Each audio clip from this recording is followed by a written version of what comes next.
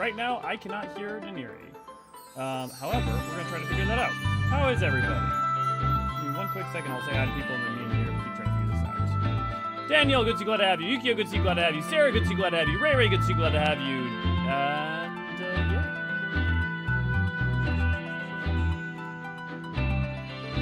I got everything. Why is everything having a problem?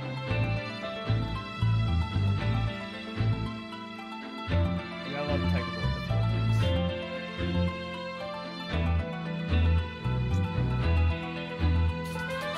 Okay, Neri, I'm gonna try throwing you up on my phone, see if I can hear you real quick, just so we can test that.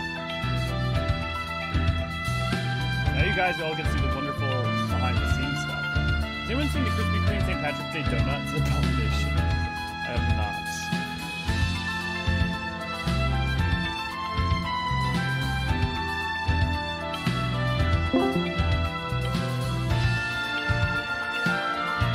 Neri, can I hear you? Yeah, I can hear you now. Okay, so I'm through your phone. Now it's through my phone, but for some reason it's just the computer. That is very strange. I've got an idea. I'm gonna do this most. Can you hear me?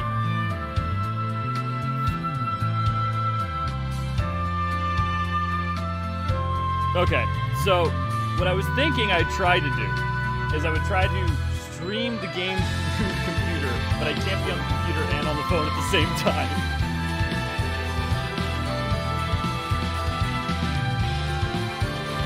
Yeah, I'm sorry, say it one more time. Yeah, I can hear you on my phone, and everybody else can hear you through my microphone on the phone.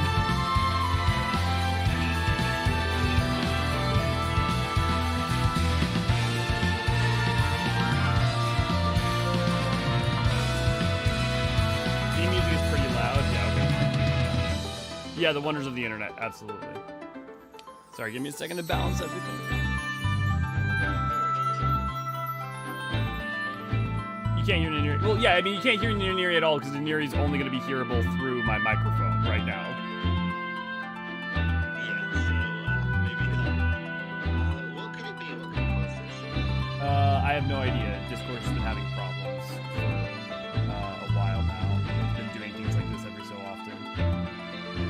And I've tried manually forcing Discord off and stuff, so there's nothing left I can do on my end.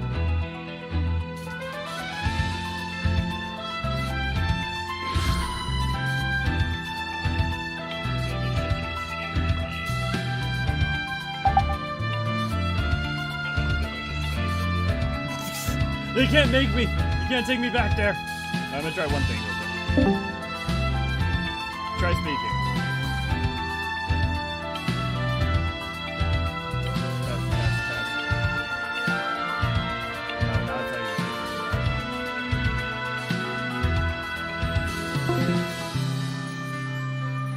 Okay.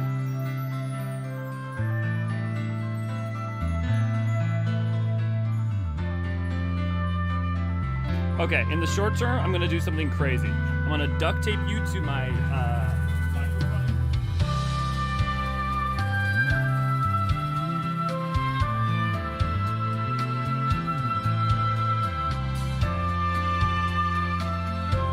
Okay, guys, we're duct taping Neri to the microphone. And this is how we're going to work for today. Because I have no idea what's going on and I've been trying to fix it. Yukio, thank you for the 55p! Because Discord has been doing this intermittently with... honestly, it's only been doing it with you, though, which is the thing I don't understand.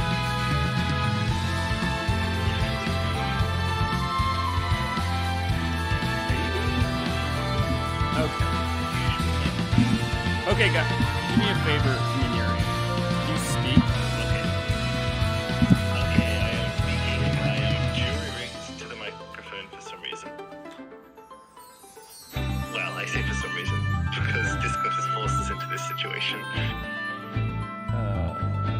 You guys are saying you can barely hear me. I don't know why that would be, though, because, right now, audio is all balanced to be. I can hear you pretty well. Yeah, that's Is it game volume?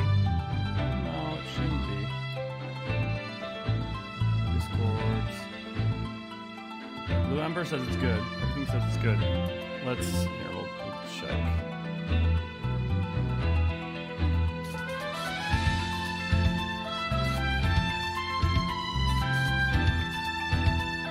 God, Windows. Okay, now everything on my computer's acting funky. No. Testing.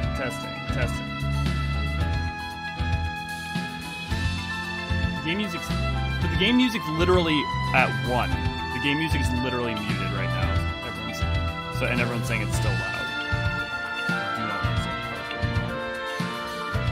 Well, we're having a bit of an audio cavalcade today, huh? We need our tech wizard. Yes, I have tried closing Discord and come back. We've I can try again, though. Did you do Control R? Try Control R.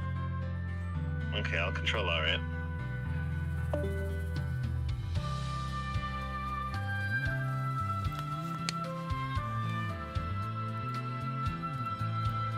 Okay.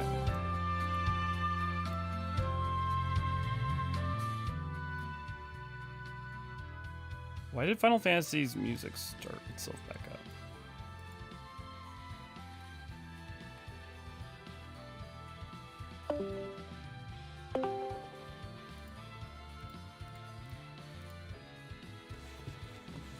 Yeah, it ain't muted for us. Yeah, it literally on my end it is was at 1. It couldn't have been any lower in volume. And yeah, we always try closing and coming back. Like that, the first thing we always do is try turning it on and back. Oh, Nobuo Uematsu will not be denied. We'll just have to put a note in the bottom chat that to start at a later timestamp. Oh my god, for fuck's sake.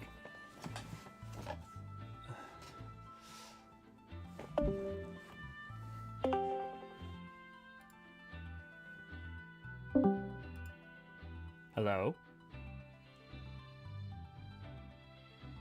Now neither of our Discords are working. Oh, okay, well, you know what? We're gonna step 1 is how does the volume sound now? Is the music good? Can you hear me?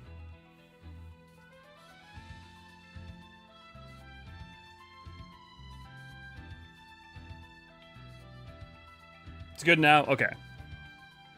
Step 1 is fixed. Now on to step 2.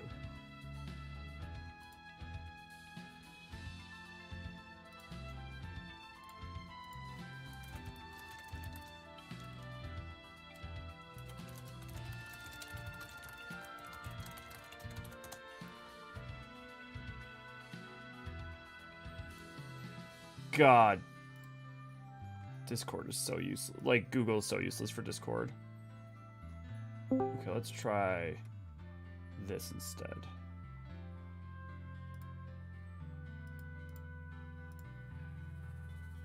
Invite.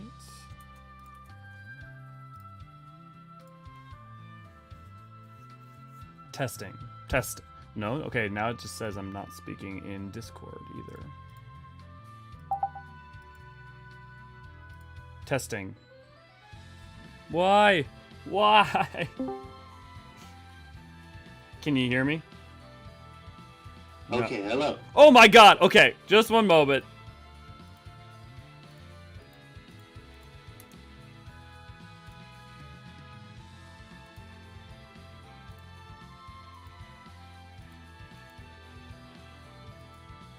What? Wait, what? But why are you coming through? What am I coming through? Just looks like you're coming through my normal computer speakers. Okay, try speaking now. Okay, now. Yay! Is that any better? Yeah, I can hear you. We're all good. Everything's good. That was very strange. Apparently, the problem is just a voice call wasn't working. But apparently, as long as we're doing it through it, if we go into an actual Discord and then it's fine. Huh, Look, I'm not going to question it. It's working. Can I get a cheer for everyone that the wonders of having the Neri back in here? I've been freed. Oh my god. Oh my god, this is so uncomfortable.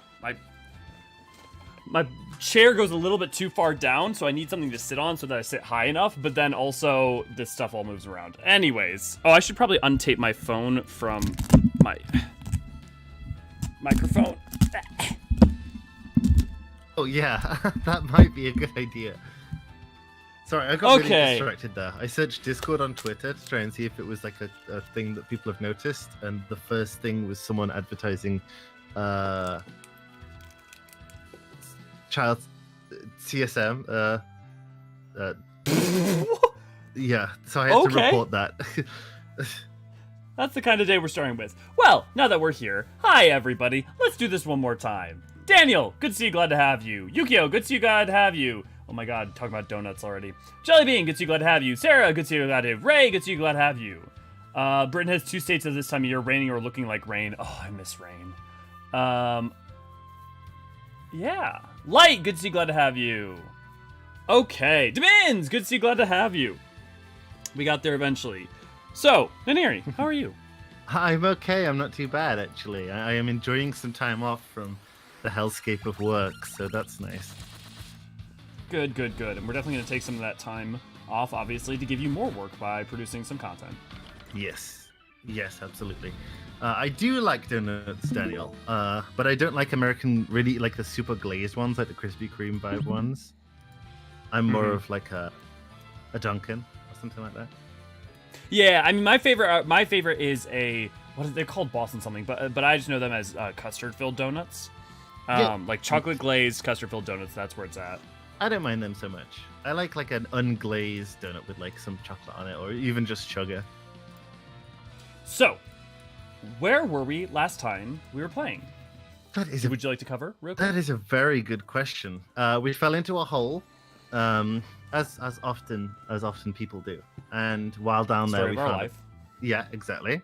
We found a crystal. It gave us specializations, which was quite nice of it. So we've put our team together.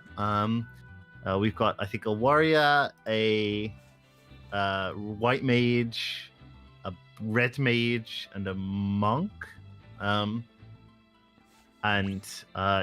we it is warrior, red mage, black mage, white mage. Oh, okay, no monk. Okay. Oh, that's right. We were gonna go monk for Beam, but we decided to go black mage instead because of FF1.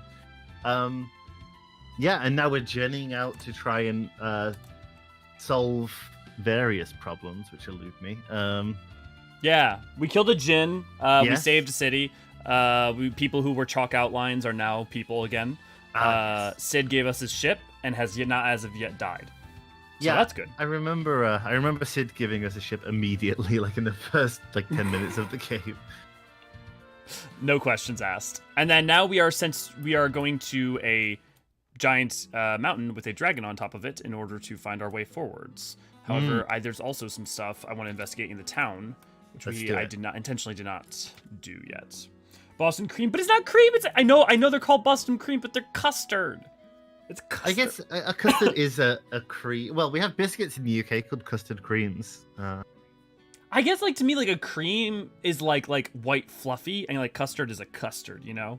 I guess that's true. A custard is almost like an emulsion type thing. Right. Yo, guys, do we want to see the dancer dance? Yeah. Raven, good to see you, glad to have you. I swear to God, there was a dancing show. Wasn't there a dancer in 2? I'm pretty sure there were dancers in 1. Oh, I forgot. It's fucking someone help me. Not Nutcracker. The song. Yeah. No, it's That's I Swan don't Lake. know. I'm forgetting. Do you eat kidney and steak pies in Britain though? Yes, they do. Yes, we do. And they're not that nice, but I do like a steak and ale pie, even if I can't eat steak anymore. By choice or by? The tattoo. Oh, right. I'm trying to find where the dancer music is. It is. Yu-Gi-Oh is saying it is Swan Lake. Oh, is it? Okay. Well, Raven, you missed a lot of technological hiccups at the beginning, so no worries there. Oh wait, actually, I swear to God, there was there's one little side story in here that's worth checking out. Oh, I think this is it. Oh, Dash, I'm so lonely here without you. You traveled south to Dragon's Peak, where the dragons roost. I miss you so. Well, I wonder where we're supposed to go. First, that scoundrel Death turns my Selena's head. Then he ups and leaves town. Said he had something to find in a hurry. My Selena was always such a sweet girl. Now the poor thing cries herself to sleep at night. That Maybe those looks like name a doesn't secret sound room. Oh yeah, maybe we'll check. So for those who don't remember, in the Crystal Tower in Final Fantasy XIV, Desh is the name of Grahatia's ancestor, and Selena is the name of the Princess of Alag. Yes, that's correct. Although I don't believe they're actually they're not romantically involved in 14, are they? It's only loosely implied. Okay. If you choose to try and take that implication and run with it, I wouldn't even say it's loosely implied in the game. In EE1, it's a little suspicious, but it definitely is a knight errant vibe. Okay, I mean that's a fair point. There is sort of like the giving of blood and the fusing of bloodlines, which could be metaphorical. And the level of trust and like at the very least, he was her confidant in a way that no one else in her life was. Yeah. Decoy, good to glad to have you. You're good. They were roommates. Yeah, well, I mean, I suppose you need all the confidence you can get when you're growing up in Allagan nobility. Like, that shit was crazy. Right. Yeah. This area kind of reminds me of the mountains in 4. 4? Yeah, I definitely 100% see it too. I wonder if that's partly just because they reused the same assets for 4 in some way, or if it's just that, because I mean, these mountain parts are also kind of similar to like Chrono Trigger or like Zelda too. So I wonder if it's just also, the aesthetic of the time is a rather limited palette. Yeah, that's a fair point. Hello, dragon. Oh. The scale is crazy here. Oh. I too wish my Bahamut was that big. Yeah. They bought them off RPG Maker Asset Store. Ye oldie RPG Maker Asset Store.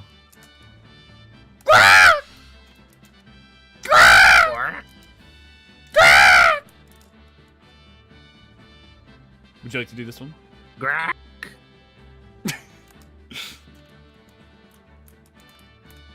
Wait, is that bush moving? Oh. What's that? Oh, is this Dash? I bet. Yeah. Russell. Whoa! How the heck did you guys get up here? Wait, don't tell me. You got captured by the dragon too, didn't you? Ha! Losers. That's rich coming from the dragon's next meal. Touche, I guess you're right. Ha! My name's Desh. I'm Elio. Gotta be upfront with y'all. I've got amnesia. Can't remember a thing except my own name. I know that I came up here for a reason. I just don't remember what it is. Okay. Uh-oh. Dragon's back. Hide. What if we did all the tropes? No. A dragon attacks from the sky. Yeah. We don't stand a chance against it. We gotta run. Run! Run for your lives! Isn't Bahamut like a world boss that you can fight later? I'm almost certain that's the case. Do we try fighting it? I'm assuming No. that it's definitely... We will get our asses kicked for sure. I wonder if you grind enough if you can kill it in the early game. Okay, nope. That answers that question. I mean, if you ground enough, probably. Yeah. But it would need to be a lot. Whew.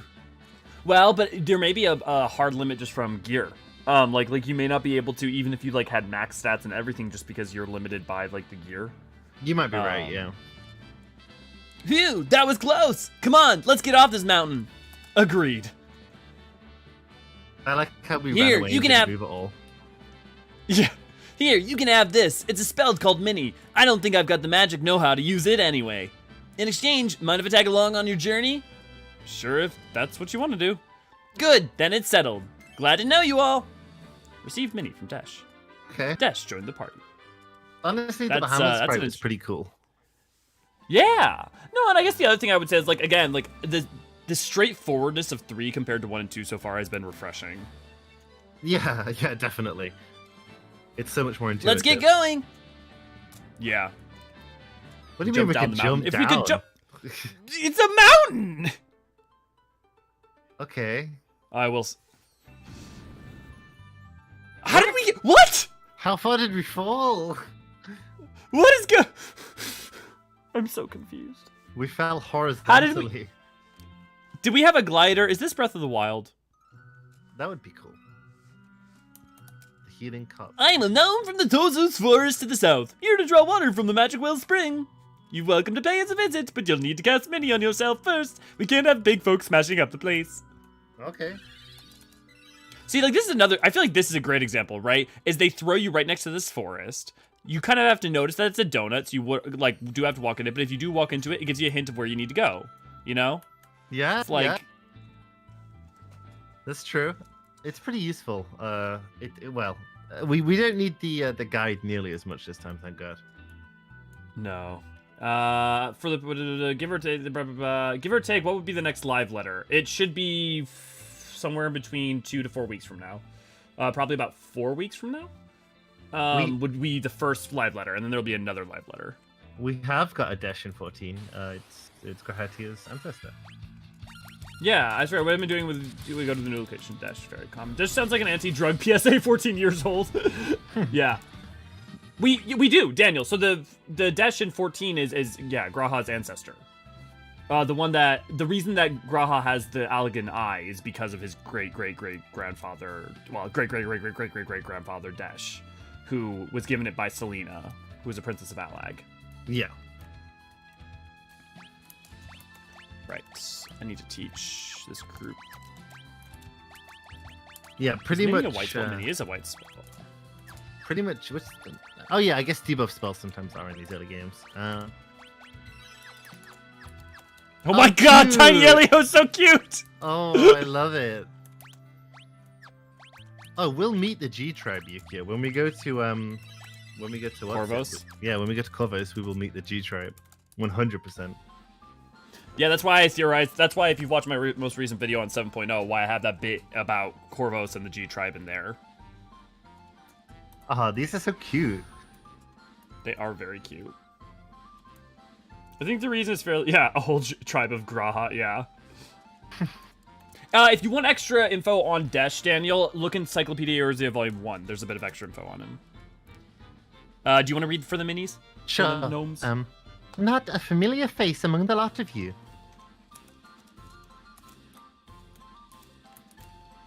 There's a tunnel that runs through the Miranos range. You can use it to get to Miralka Basin, home with the Vikings.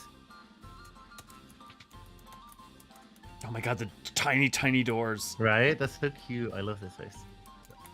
Of course you have blue hair and pronouns. I need an antidote.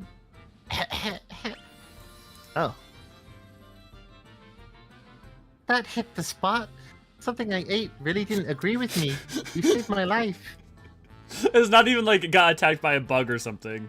I ate like a water bear. In return, I'll tell you about a shortcut to Miralka Basin. Just take the stairs over here. They lead straight to the secret tunnel.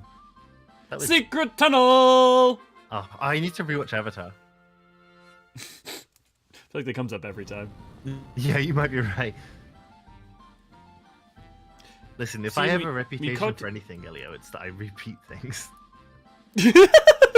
Oh man, I just want to make a supercut of every time you said the same thing, like for like 4 Ed Talkers in a row. It's glorious. I think you should do that. I know V has been doing a lot of audio editing for us lately with like the Ed Talkers and stuff, and they have been like, yeah, I'm about to do this. I'm about to just like straight up do that because it's hysterical. What do you mean, by the way, a hostile Mikote tribe? Because we don't really have a lot of... See, I can't think of any Seeker of the Sun tribes that are immediately hostile to us. There are a lot that are welcoming. But, like, the M tribe, the U tribe... Yeah. I mean, most of the ones in Limsa, they're not really a coherent tribe anymore, but they're pretty open to us. Yeah. Yeah, we've not really had a true hostile one. We've had some that are standoffish, but I think that's entirely fair for a tribal society to do. Yeah. Also, I don't think the G's are going to be any more welcoming, considering that they're hardened guerrilla fighters who like have had to fight like a millennia-long battle. Well, and not only what they had to deal with Allag and hiding the secrets of Corvos, but also they're going to have been fighting like the past couple hundred years, particularly, or past 100 or so years, particularly hard against Garlemald when they came back into Corvos and came, and tried to reconquer it as Locus Amenos. So like, Yeah. Yeah, pretty much. M&U aren't the only ones. M&Us are the only ones in games as a tribal entity that we are born witness to. I think so. That I want to caveat that I'm almost certain that there's actually one more example that I'm forgetting of. Oh, I don't know if there is. M&U definitely. Well, I'm assuming that most of them have a tribal groups, even the ones that we see that aren't, particularly tribal. I'm sure that there are members of that tribe who are slightly more tribal. Well, I mean, we know, like, for instance, Y tribe, or like we know the Y tribe has like a noon. We just don't know where they are. Right, exactly. N tribe, K tribe, because we see a lot of Ks, we see a lot of the Fs, we see a lot of. I swear, there's one other I'm forgetting of that we get like a little bit more of if you look and stuff. V, we were just talking about your audio editing. Good to see you. Glad to have you. The tribe in Garabanya wasn't hostile. Yeah, that's the M tribe. They're just standoffish. They all looked exactly like Graha, even the women. Yeah. It would be really funny if they all had red hair. Yeah, that would be cute. I'm trying to think. Okay. So, right. I mean, the other thing is we do get a lot of, not a lot, because it's different, but we, like, get a little bit with the Keeper of the Moons. I mean, the thing, though, is about the Keeper of the Moon groups is that, like, you don't really meet a lot of their matriarchs, but you do meet, like, members of, because it's just a very different culture. Right, yeah. But this is, like, another good example of, like, how this is more streamlined, right? There's a very limited number of places you can check out in order to figure out where to go next. Like, I haven't looked at a guide or anything yet, and it's been very clear. I mean, when you have the technological limitations that these games have, as much as modern gaming rejects that, like, this conclusion, I think that linearity is actually a benefit for games like these. Yeah, well, I mean, Sakaguchi talks about, like, how part of what he wanted Final Fantasy to be was a game that prioritized story. So it makes sense that this, one is a little light on it, but they're trying to do something. Oh, I gotta turn off Mini. Oh. But the, or I wonder if I even can turn off Mini, because we're still in an underground cave. Yeah, I would think that we'd, like, squish. What I will do is I will cast magics.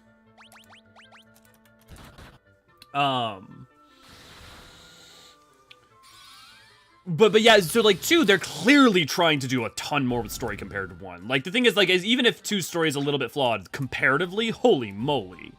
But 3 kind of feels like they're really hitting a groove of, like, we want to tell a specific story and keep you on that path, and then have, like, the mechanics and everything else matter, but they're maybe not our number one focus. Right. It's almost like a less ambitious story that functions better for it in some ways. Yeah. Well, it's interesting because you already see, like, the ideas of war, of, like, light and darkness and crystals, have been popping up in 1 and 2 so far, but, like, they've, and this is partly a future, we know from the future where the series goes, but, like, this is kind of a very codified version already of, like, the fantasy elements, the realism elements, and because, in the beginning, we've already seen crystals, light and dark, war, and airships, like the confluence of, like, modernity and the fantasy. Right. Yeah. It's very interesting. Oh, fuck, fricka-frack. Well, actually, magic should be good. Sexy mandrakes. something tentacles. I think we see them in game, like organized tribal settlements. Yeah, in terms of physical tribal settlements, I think you're right. In terms of physical tribal settlements, yeah, I'm pretty sure M and U are the only ones. Yeah, What our Imperials are left in. Sorry, go ahead. No, I was just gonna say they are. Yeah. I wonder how many Imperials are left in Corvos. I think there was a significant colonial population in Locos Menos. Yes, there was. And we also know that... okay, that doesn't fix it. Okay, how do I fix Mini? Oh, it did fix it. Yeah. Okay, what about... Does Gnomish Bread fix it? No. I sort of Mallet wonder if... Mini. So Demins has said that their wall is from the Sea Tribe and they want to meet them. That would be interesting because they're one of the only tribes that has a specifically Eastern animal as their name with the quills. Oh, yeah, that's an interesting point. Yeah, I mean, it makes sense because of the exile, but still. Yeah. I wonder how many Imperials are left in Corvos. So yeah, I would assume quite a bit. We also know they just finished, through Vergilia, we know that they just finished putting down a rebellion there. So Locus of Enos is probably a weird place, or Corvos is a weird place right now. There's probably going to be a lot of animosity from a lot of different directions. Yeah, one day we'll see, but yeah. Weird idea, Glam. Imagine being a Geomancer and you get Shrine Maiden and male Omioji gear. I mean, that's not that weird. Yeah. I mean, because Omioji is just like, I mean, Shintoism, Geomancer is just more a little bit shamanism, but like it's still rooted in the elemental practice. Like, I don't think that'd be that weird. Yeah, and I mean, Shintoism is so syncretic that I think trying to divorce it from shamanism is difficult anyway. I don't know if I'd see Shrine Maiden for them though. I mean, I don't see why not, but like, it just feels a bit separate. Like, well, I would just think about like Hingan Geomancy though, and like the outfits that are worn in that, which aren't Shrine Maiden, but there are like kind of like, you know, just like pretty standard yukata and stuff. So like, or like stuff like that. But the thing is, I guess I wouldn't imagine that you'd have the Geomancer gear be specifically that, but you could imagine that like Onmyoji gear becomes healing gear of some kind. You know, like all healers can wear. Yeah. Or you just wait till we get Onmyojutsu as like some kind of job, or like faded into some kind of job. I really think Onmyojutsu is going to be faded into Geomancer to a degree. I think you might be right. I'm torn because of like the Shugendo stuff with Gosetsu and how much that's so clearly healing, that I'm like torn as to whether I think something like Geomancer would fade that in, or whether they would just save that for a future healer kind of deal, which I don't know. It would be interesting to get like a spell tag centric, like a talisman centric healer. That would be kind of cool. But then again, I guess that's Astro's, right? Yeah. Well, I mean, it depends, right? If you give Geomancer the bell or like a talisman, then I like. But then again, we have Black Mage and White Mage both use stabs, right? So it's you know, there's precedent. FF3 is certainly more charming than FF1 or 2 so far. Definitely charming, and I think like much more knows what it is. Took lessons from its prior incarnations. Imagine Blade Master would be. What would be Blade Master though? Because I mean like.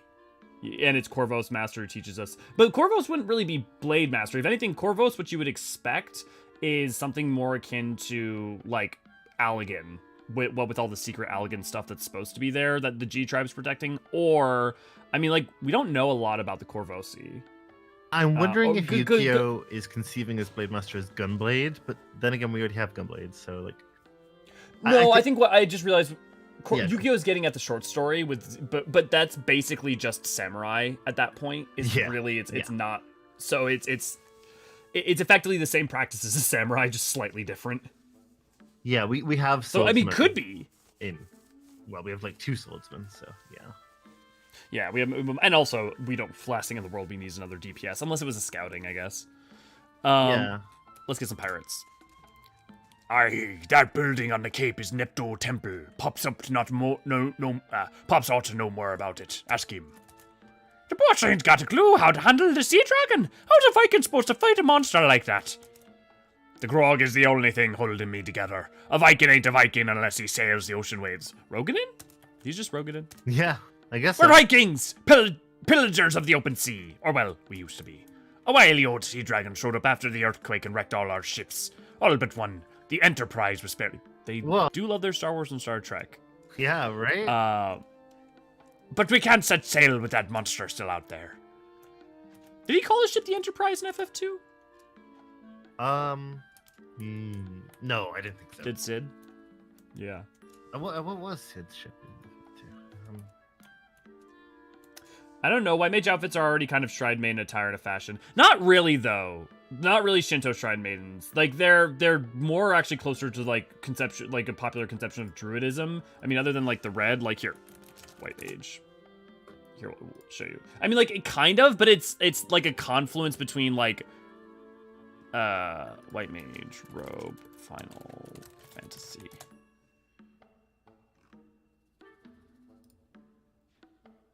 White Mage Robe, you can already make, like, pretty convincing Miko glamours anyway from just, like, miscellaneous pieces. Yeah.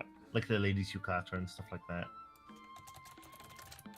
Like, color-wise, being it white and red, I mean, I think that's fair. Like, in defense of your point, actually, the color schema, sure.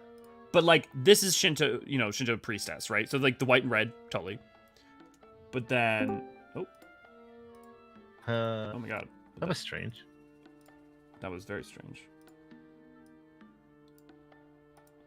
But then this is like, so like, yeah, there's the white and there's the red, but the way it's patterned is actually, if you look at like a lot of historical druidistic attire, not historical, like popular conception of them, it very much looks in that more ballpark,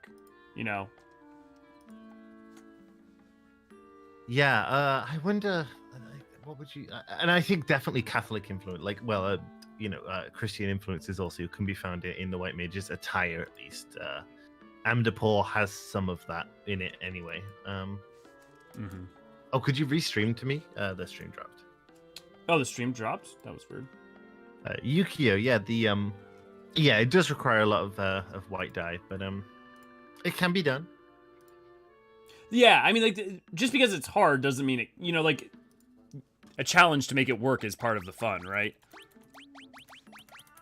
I do wonder. Whereas if you just can't make it work, then it sucks. I do wonder if we'll get some more. I don't think we're going to get a judge class like the other day, but I do wonder if we're going to get some more judge sort of stuff offered to us. Like judge armor? Yeah, like judge armor and the mechanical implications that might go along with that.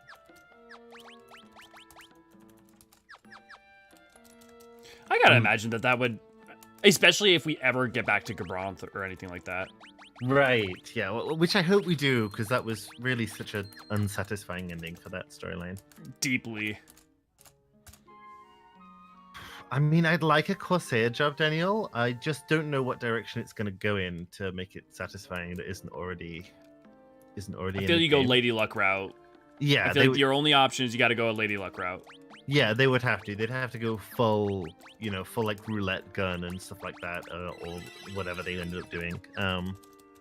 It's possible. I mean, like take elements from like what Waka did in 10. Like the slots and stuff, things like that. That like, yeah. I mean, frankly, at that point, I'd rather just have a blitzballer, but yeah, well, yeah. Corsair could mean me. pistol, but that's not the only. It's the historical direction, but it's definitely not the only one. You could have something like I was gonna say bill hooks, but we can already get those for Lancer. But yeah, there are various. Yeah, weapons. You could even go like sword pistol duo. My one problem with pistol, and I mean like this is not like it's just like you got to be so careful that there's something else too in order to prevent it from just feeling like machinist, another machinist. Yeah, like a slightly fruity machinist. Yeah.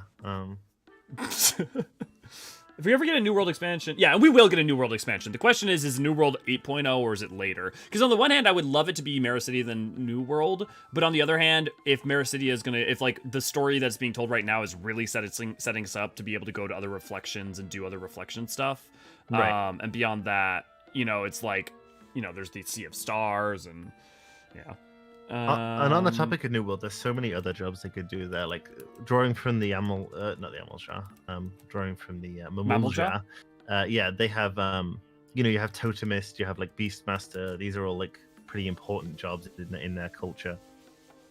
Mm-hmm. And it's gay. Good to see you. Glad to have you. Corsair is a hybrid Fizz melee range counterpart to Red Mage. I mean, but like you could do something like Red Mage, but Red Mage is a caster who can get in close, right? He's not a hybrid physical magical in terms of like as a role. So like as long as like if you try to divide it between those two in terms of what its place is, then it becomes difficult because then you have balancing potential issues. And I wouldn't think that I mean not that it's impossible to balance for, but it seems like they're just not as super into that. They kind of want to have their roles be their roles. So like, but like, yeah, it's something like that where you could have, hey, you've got ranged attacks where you're, I would say, ranged first.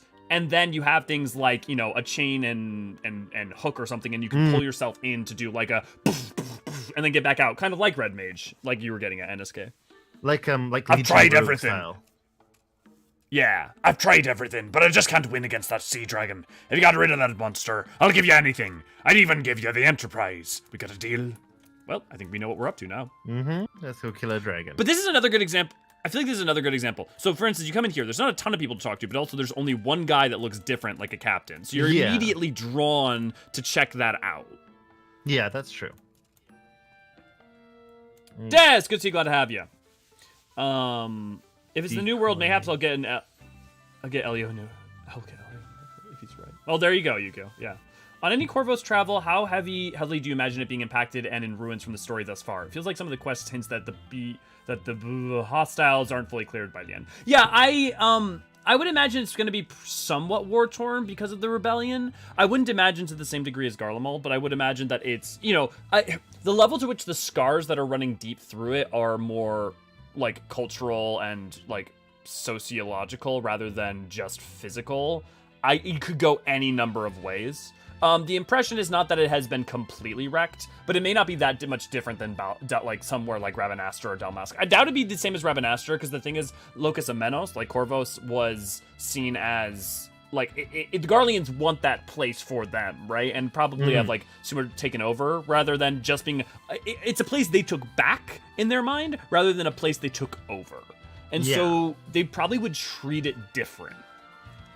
I've always imagined core Corvosi civilization as like an unconventional civilization, like built within an enormous,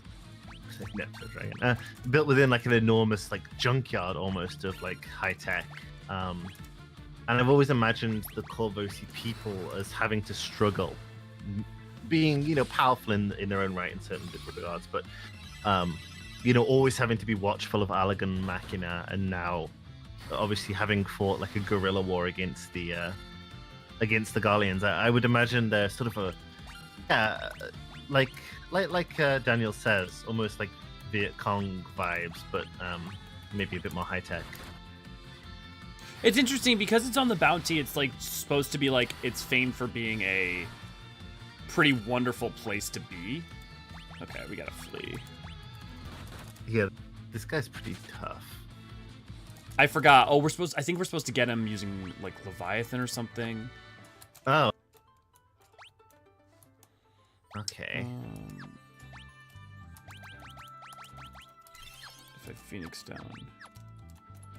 Well, that's interesting, Yukio. On the topic of how many provinces might still hate Garlemald, judging by how they've shown it to us, I would imagine most do. But I would very. There's going to be a lot of solving that over the next little while. Yeah, there is. I would like to imagine though that they might try to explore sort of the Roman angle, where you see, civilizations very sympathetic to the Roman plight popping up after they collapse or they leave the area. We might see a few of those. Yeah, and I think the rule quest too is like part of this, right? Is like how do you move forward after all of that? Where was the nearest place to like get to res down members? Was it the village? Oh, does this place not have like a chapel type thing? No, I didn't see one, but we'll try to see. Oh. It's so weird to me that like just make it so every place has one. Just make it so. Well, I mean that, but also just make it so that like when you rest, people are rezzed. Yeah, that would be nice. That is definitely a quality of life, and like Dragon Quest still has the thing we have to go to like a priest to res them, which is kind of a pain in the ass. But oh, you think and blasphemies decoy Corvus? I guess so. So So I was about to say, I was trying to talk around that, but they're supposedly spread throughout Corvos, though the rule question case they don't just disappear. Yeah, the thing is that we know that the bounty and area was attacked, so there were probably still some there. The level to which there are still some to deal with, I don't know. It depends on which direction they want to go with the story, right? Yeah. I would imagine we might see one or two. You might see them as hunts. Yeah, I was about to say a hunt would make a lot of sense. Right. Yeah. But I don't think that there'll be major story elements. Oh. Maybe this. What's in the basement? Oh, this is promising. Wait, I see water. Oh, is this a healing spray? Oh. Why did they hide it? Yeah, that is odd. What's this guy got to tell us? Sure as you're born, I'm the oldest Viking here. I know more than most about the Neptune dragon. That vicious beast is meant to sleep in the temple for eternity. But ever since the great earthquake, sometimes roused the dragon from its slumber. Now it ravages any ship that sails in the sea. Okay, well, that wasn't actually useful information, so you lied about knowing more about the dragon, but that's okay. But at least there was some lore. Yeah, that's that pixelated water looks dope as hell. Definitely does. I would say, yeah, I would look to Blasphemies more as like a hunt or something than as the story, only because I can imagine them wanting to kind of like let Endwalker be the end and not have to continue on that trend. But also, I would be super down for it being like a part, like one of the duties or something. Yeah, no, I agree. That's fair. Oh right, you can use the main. Oh, okay. Wow, they really like this mechanic. I mean, at least, you know, if you're gonna introduce it once, you make sure you use it, you know? Yeah, I bet they won't keep it up super consistently, but I like it so far. Okay, everyone's been miniaturized. Let's go. The party enters through the dragon's eye socket. This is cute. I like this. It's giving like Minish Cap. Yep, I was just thinking very Zelda, very Minish Cap vibes. How would we think about Kryl being a new poster girl for a new job? I'm fine with it. It doesn't feel like it's... I'm fairly confident that's going to happen. Yeah, I don't think it's necessarily. I don't think Kryl's ever going to be specifically like combat focused, but I think she could definitely have a showing in that regard. Oh, see, I think there's a non-zero chance that. Well, I guess I'd probably think the Warrior of Light would be like the new caster job or whatever. But like, I wouldn't. I would think that it's very possible. I think that we're gonna get a new. We're gonna get a new caster job, and it's either gonna be Kryl or us that is the user of it. That's my thinking. I could 100% see Kryl becoming the what's it, but I also think she will still remain like at least in part a support staff member, if that makes sense. Sure. I just think like especially after her role in Endwalker, I think now's the time. Yeah. Red Mage and Sage. I'm trying to they think hinted Kryl having more of a hand role. How would you feel if she becomes the poster girl for the new job, Red Mage and Sage? Yeah, I wouldn't think she would. You wouldn't put her on Red Mage or Sage because those are already taken, right? You would want to have her as something that's kind of unique and separate from that. Yeah, if you were gonna do an existing job, you would do Scholar or something like that. Now we've lost the sort of the person who represents Maker Summoner. Yeah, or Summoner. And she could have like a giant, like bunny coil or something. Summoner would make a lot of sense too for a job for going into Mericidia because of its role with the Warring Triad and its summons, and also if like the expansion had Corvos as a part of it, because you think about like Corvos and Allag coming out of summoning coming out of Allag. Yeah, definitely. I mean, Mericidia itself and Allag. There's definitely. I would be surprised not to see some Summoner rep, to be honest, in the coming expansion. Yeah. Ooh, V's got a point. Since Alfie is Sage, Groz, White Mage, and Rianje's asked, I would guess the only healer left is Scholar. Yep. Kryl could flex a Scholar Geo or something like that, yeah. Assuming Geo's caster DPS. I feel like the thing is, if we got Geomancer, we're gonna get a caster. I'm confident that. I'm not confident it's Geomancer. I hope so, but if there was, the question to me is it Kryl or is it us? Like that's the dichotomy to me. Yeah, the thing is up to now, dialogue outside of Summoner job quest essentially never acknowledges if you're a Summoner, even at times when it's hilariously awkward. I mean, but that's also true historically for, like, being a healer. It wasn't until a recent patch that they updated it. Like, you could play a healer during the vault, and there was no acknowledgement of you being a healer. But they did. They went back and they changed the dialogue for it, which is hilarious. Hunter, good to see you, glad to have you. Would you like to do the mouse, Niniri? Oh, yeah, I'll do the mouse. A giant rat! No gem for you. And nibble anyone who tries to take it. Okay, let's go, Ratatouille. It's not even. That's not what rats look like. That looks more like a Pokemon, almost like an armadillo. It's like a lizard, yeah.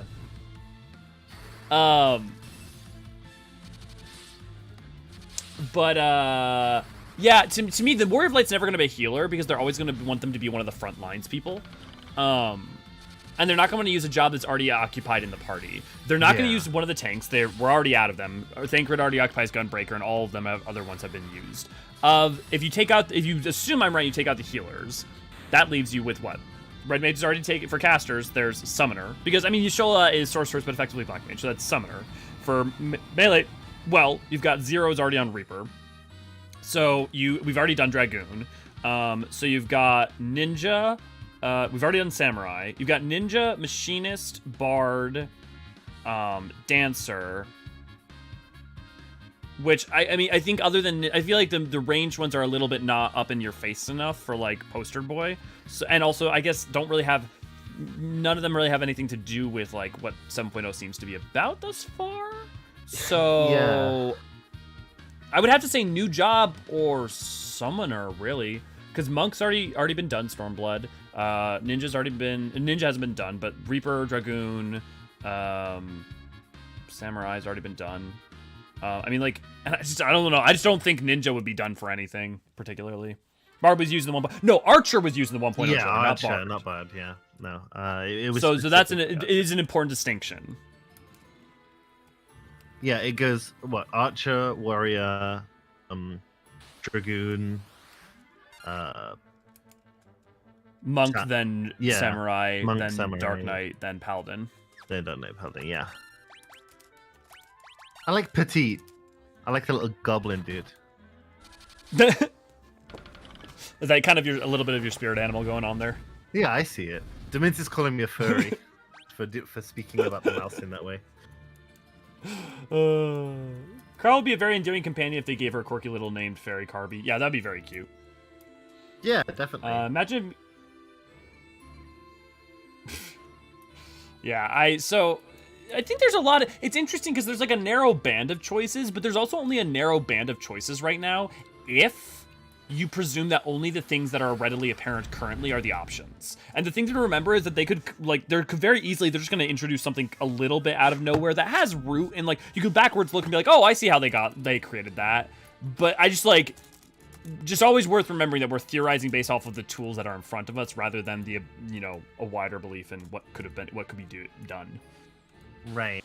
You know what's interesting? I'm just remembering this now as I'm doing some research. Cryals in 5, Cryal's elements, because all of them have their own element, which their finisher moves are. Her element is Earth, which is giving me Geomancer. I would appreciate if they showed love for healers as a poster child. Seems biased to me, like now where like can't be weekly support. I don't think it's weekly support. I think it's Vanguard. I think it's not about how powerful the healer is. I think it's much more about visual storytelling of being like the Vanguard. I think you could say, okay, they could do something like, imagine if they did something like, I don't know, White Mage, and then did like as part of the visual like Limit Break 3. I mean, you know that trailer for what was it? Battle for Azeroth, where I'm forgetting his name, the prince of you mean Anduin. Anduin does like the fucking reses everyone from the ground in order to charge back in, which is dope as all hell. Which is an amazing moment. So there could be something could be done. I would be really surprised to see a class that doesn't have any melee capabilities at all be given to the wall. Yeah, I mean, I would be too. But yeah, but even saying healer can't be Vanguard seems biased. Like you're assuming healer class can't be up front and inspiring. Healer main, I think there's a very different. No. I mean, I don't mean up front and inspiring has nothing to do with the Vanguard. The Vanguard means you're the first person in front, like taking on the damage, taking on like that's why it's partly been tanks so far, right? It's not about whether or not you have capacity to be powerful or use, but you don't want your healers at the Vanguard.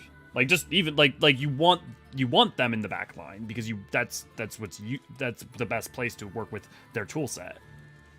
Yeah, definitely. The party we can put the canoe in there. Yes, the Eye of Canoe.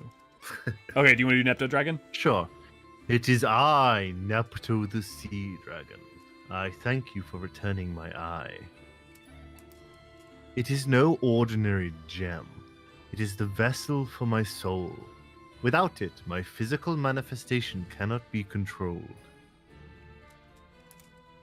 By way of thanks, I bequeath to you the Fang of Water. Use its power to destroy those obstacles that may block your path. Huzzah! Oh.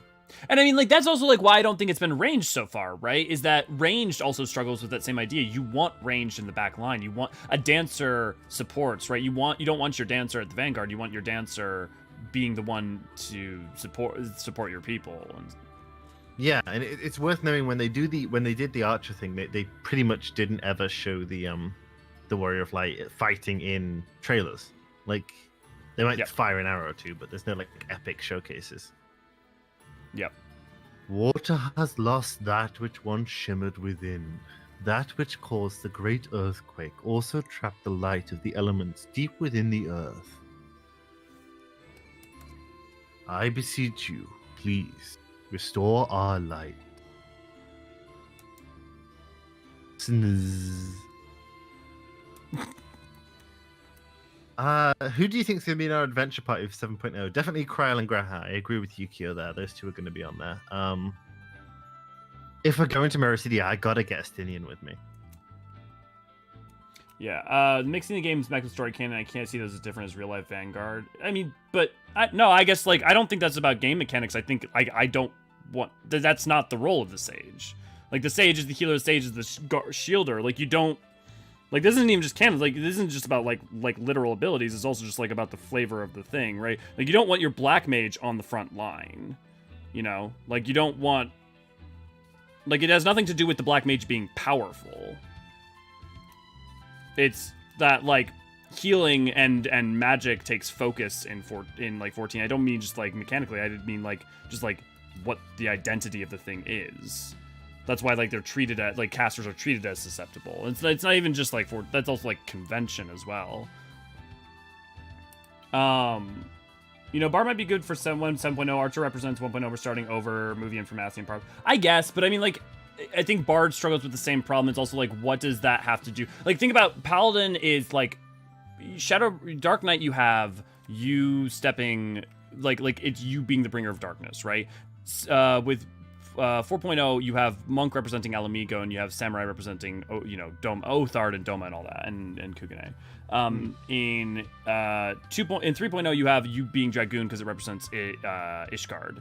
Right. In 7.0, like what would Bard represent, right? Like that's the hard, like you have to have something that's like connected to what the story is as well. Yeah. Like I think that they could pick something like a healer if they thought it was way more connected to the story than any other option. But if they were going to do that, I think they'd go Summoner and go Caster instead. Right. Like, Summoner Mechanist even feels more connected here to me than, we're going to Unmini. I mean, Machinist... Yeah, I mean, if I was going to do Machinist, I would say Machinist would make sense for New World because of, you know, like, the West and, you know, cowboys and all that stuff. Yeah, but also Corvus you take if we're doing Mercedia and Corvus, right? But I guess that depends on how I guess, but important Machinist isn't Corvus really... is. Well, but also Machinist isn't really Allegan tech, right? It's tech, but it's all through like ethereal manipulation in a very different sense. Like it's Forgekin, but it's not Allegan. You know? Right, but you know, like a Dark Knight wasn't necessarily identical in flavor to the ideas that were being shown in Shadowbringers, but obviously, you know, sort of thematically speaking, in sort of looser ways.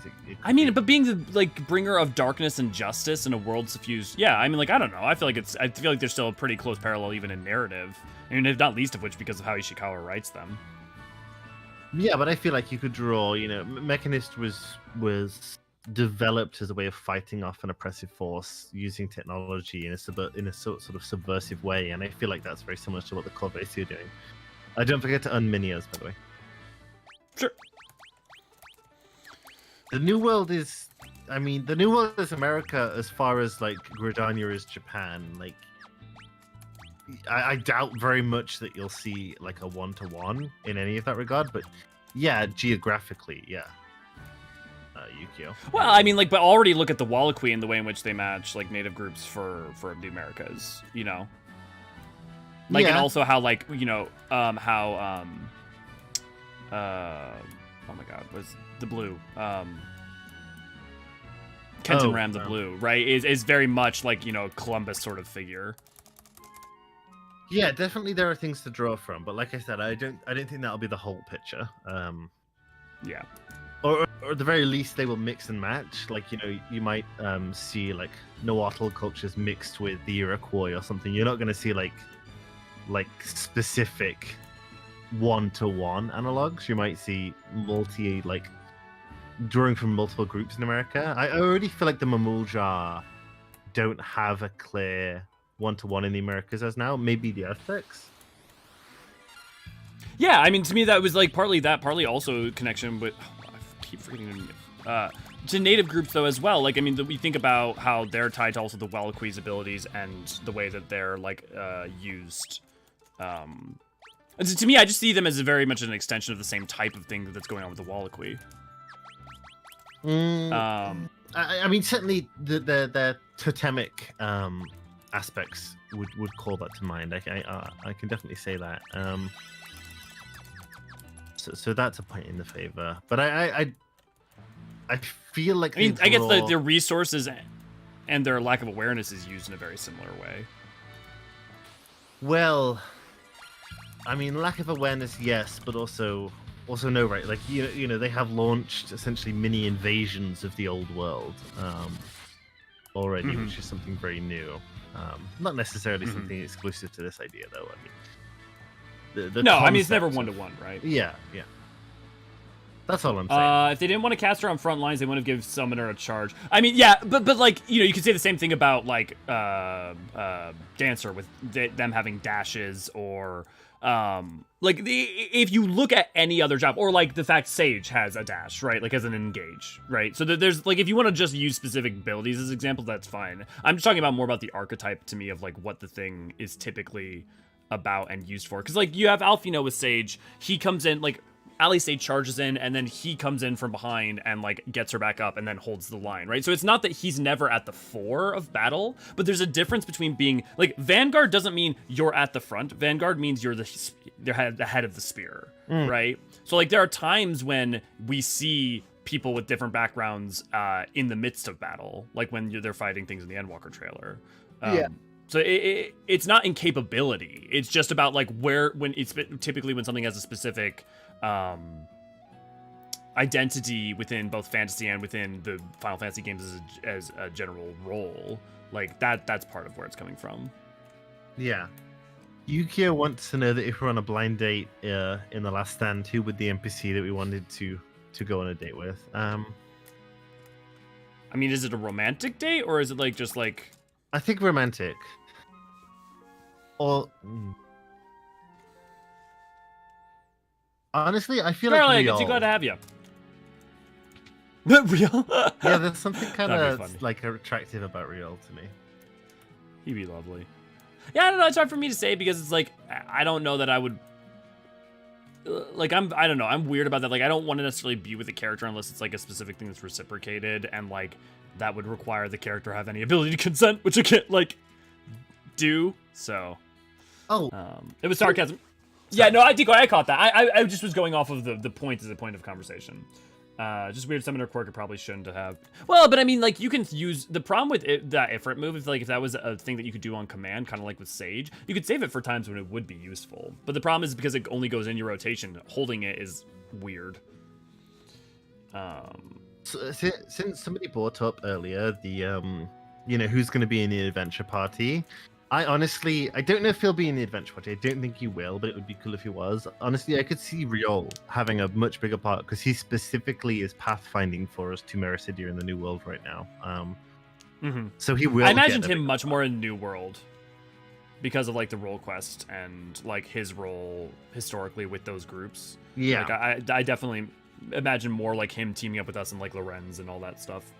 Yeah, Pudding Way would be hilarious. Sadly, there isn't really a 14 character one. The only ladies who are my type, personally, wise are Lalafels, which obviously a no-go. Yeah. But yeah, FF3 is relevant for Orthos, for Yuriko Orthos, that's for sure. Dash! Sorry, but there's something I have to do. I'll be waiting for your return. Wait, what? That's it? That's it? Okay, I guess he has amnesia, but Yeah, but like, there's no like, I've been missing you. You were dead or anything. It's just like, it literally like, you're alive. I've got something to do. Okay. Yeah, right. Oh my, Desh, is that you? No, you are mistaken. Aenor. I don't think we're going to get Aenor in the traveling party at all, but we could get Hoary Boulder. Yeah. I'm not confident about it, but I could see it. Like he'd need a redesign and stuff. But yeah, I could see I can imagine Hoary Boulder for like whenever we go to the new world, if they want to shake things up a little bit. Yeah, I think he fits pretty well. You could put Hoary Boulder in most places, to be honest. He'd work out. His little spotlight that he got in Endwalker was I enjoyed that very much.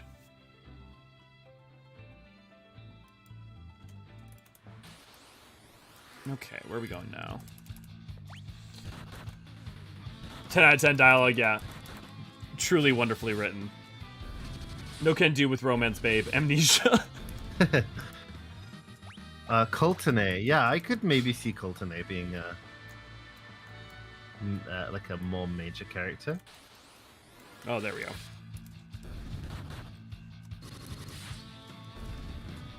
Yeah, Coltonay and Hoary Boulder as a pair, actually. That would work out right. And it would be nice to see more Gridanians in the party, actually, as well. Sorry, that guy said, no, there's nothing here of value, I swear. Please spare me. Huh. Okay. Gotta love it when old men dance away from you. Well, Did that kid just hide in a fireplace? he definitely did. He's a chimney sweep. Oh. Oh. You wanna get this one? Please, spare the child. Oh, you're not with the soldiers. My apologies. I assumed those brutes were back to finish what they started. They took my husband captive and headed west into the desert. They bore the crest of King Argus. I pray that my husband is unharmed. Please let him still be alive. Okay. Okay. Greg, good to have you.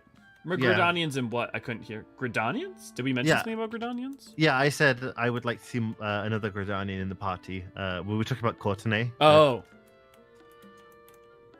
Yeah, I didn't even realize Coltonay was a Gridanian. Yeah, he is. I'd like to see him and Hoary show up more. I could see them in the party, maybe. That would be interesting. That would be a really interesting way for them to go, is re-highlight old ones. Well, they did give Hoary a voice in 6.0, so. Yeah, exactly right. That's a really promising prospect. I'm the mayor of this town. We've been beset by soldiers coming from the western desert since the quake. They seize our food supplies and capture our able-bodied citizens. The town is on its knees, and there's nothing we can do to stop them. I guess we gotta go stop them.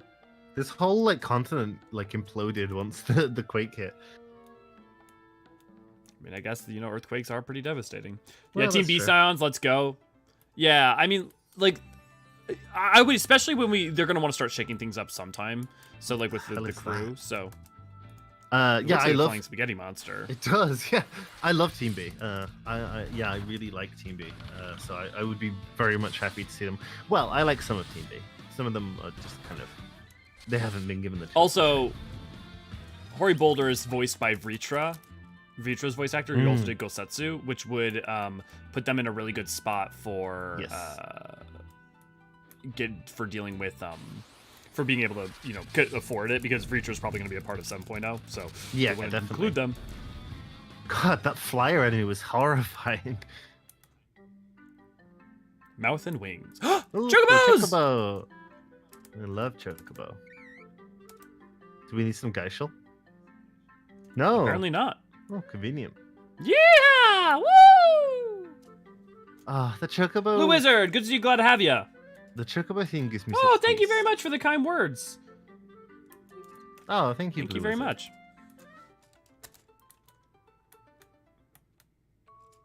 TV would certainly be great for more lighthearted expansion. Yeah, and I can just imagine that they're gonna want to start filtering new people into the cast as time goes on. I don't think they're gonna keep with the same cast members forever. you know, we're already getting a new one, but I think they're never going to want to make it so I think they're only ever really going to want to have 7 scions at a time in case they ever want to do the trial thing, right? So yeah, no. We are descendants of the ancients, creators of civilization as you know it. We live in harmony with nature, as in our creed. Thank you.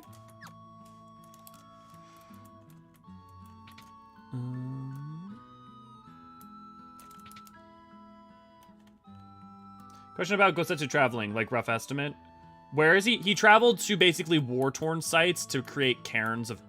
basically, he traveled first off to give rest to the souls of those who departed, and different places like different battlefields and to find peace. And then over time, he's also been basically helping people out and learning things like Shugendo. Yeah, the fact that he's a wandering ascetic just tells me that he's wandering around the east, sort of vaguely speaking. You know, it's a real thing that happened in Japanese history, where they would just wander around and I mean, it's actually a real thing in most countries' history. So yeah, it makes sense. She's probably just wandering in the literal sense. Let's get some gear. Is gnomish bread a reference to the elven bread from Landis bread? Yeah, Maybe? I think so. It would make sense. In really early versions of Tolkien's works, I think that the elves were literally called gnomes. That would make a lot of sense. I'm honestly surprised in some ways that they just didn't call them fairies and be done with it. Yeah, well, yeah. Oh, that would be nice, NSK, if we got some Gosetsu, like, Alpha and Omega style sightings around the east. But I think if we get more, like... Yeah, if we go to Hingashi proper, I think we'll probably see him around, maybe. Oh, I think he's gonna come back around in the... it's just a question of when. Yeah. Sadly, wandering ascetic is no longer considered respectful. I've got news for you, Daniel. If you move to Thailand, you will see several wandering ascetics. Like in Nepal and stuff like that. If you move to like fiercely Buddhist countries, you will probably see some wandering ascetics. It's hilarious to see in Singapore. You can see like traveling groups of monks on their iPhones as they're walking around the streets. I don't want to say it's anachronistic because that's not what that word means, but there's something about seeing monks with iPhones that feels like an anachronism while being current in time. Yeah. No, it's a little jarring at first, but I guess, you know, like there's different types of monks. I guess not all of them take vows of poverty. Right.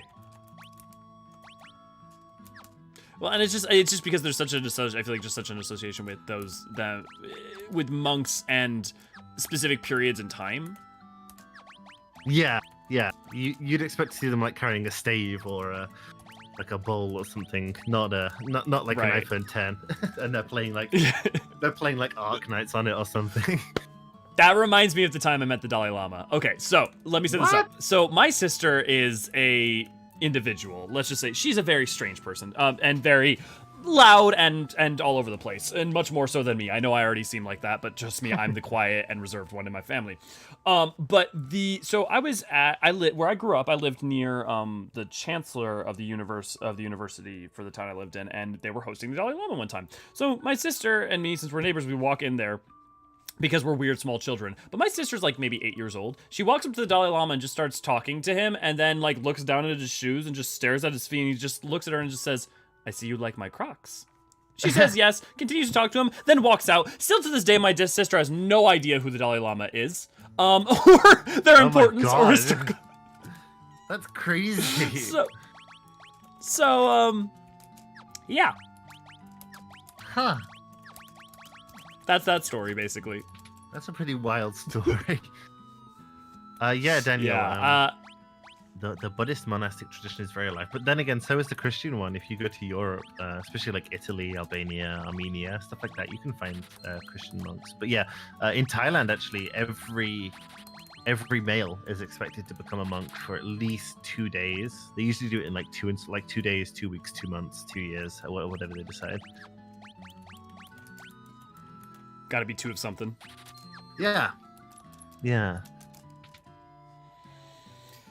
Oh. But yeah, I wouldn't be surprised if we didn't get random Gosetsu appearances at some point. I think the reason that they haven't been doing it like alpha is because the alphas, they felt like that story for the most part was done, and even if it wasn't done, having to define where alpha wasn't really a problem. Whereas Gosetsu, I feel like, is more of like they wanted to be ambiguous so that they could bring him back in any way that they wanted. Yeah, I think there's truth to that. Yeah, I would not be surprised to see him appear. Well, I would be surprised not to see him appear, but I also wouldn't be surprised to see him appear in like random encounter style stuff as well. Yeah, I mean, hey, the role quest.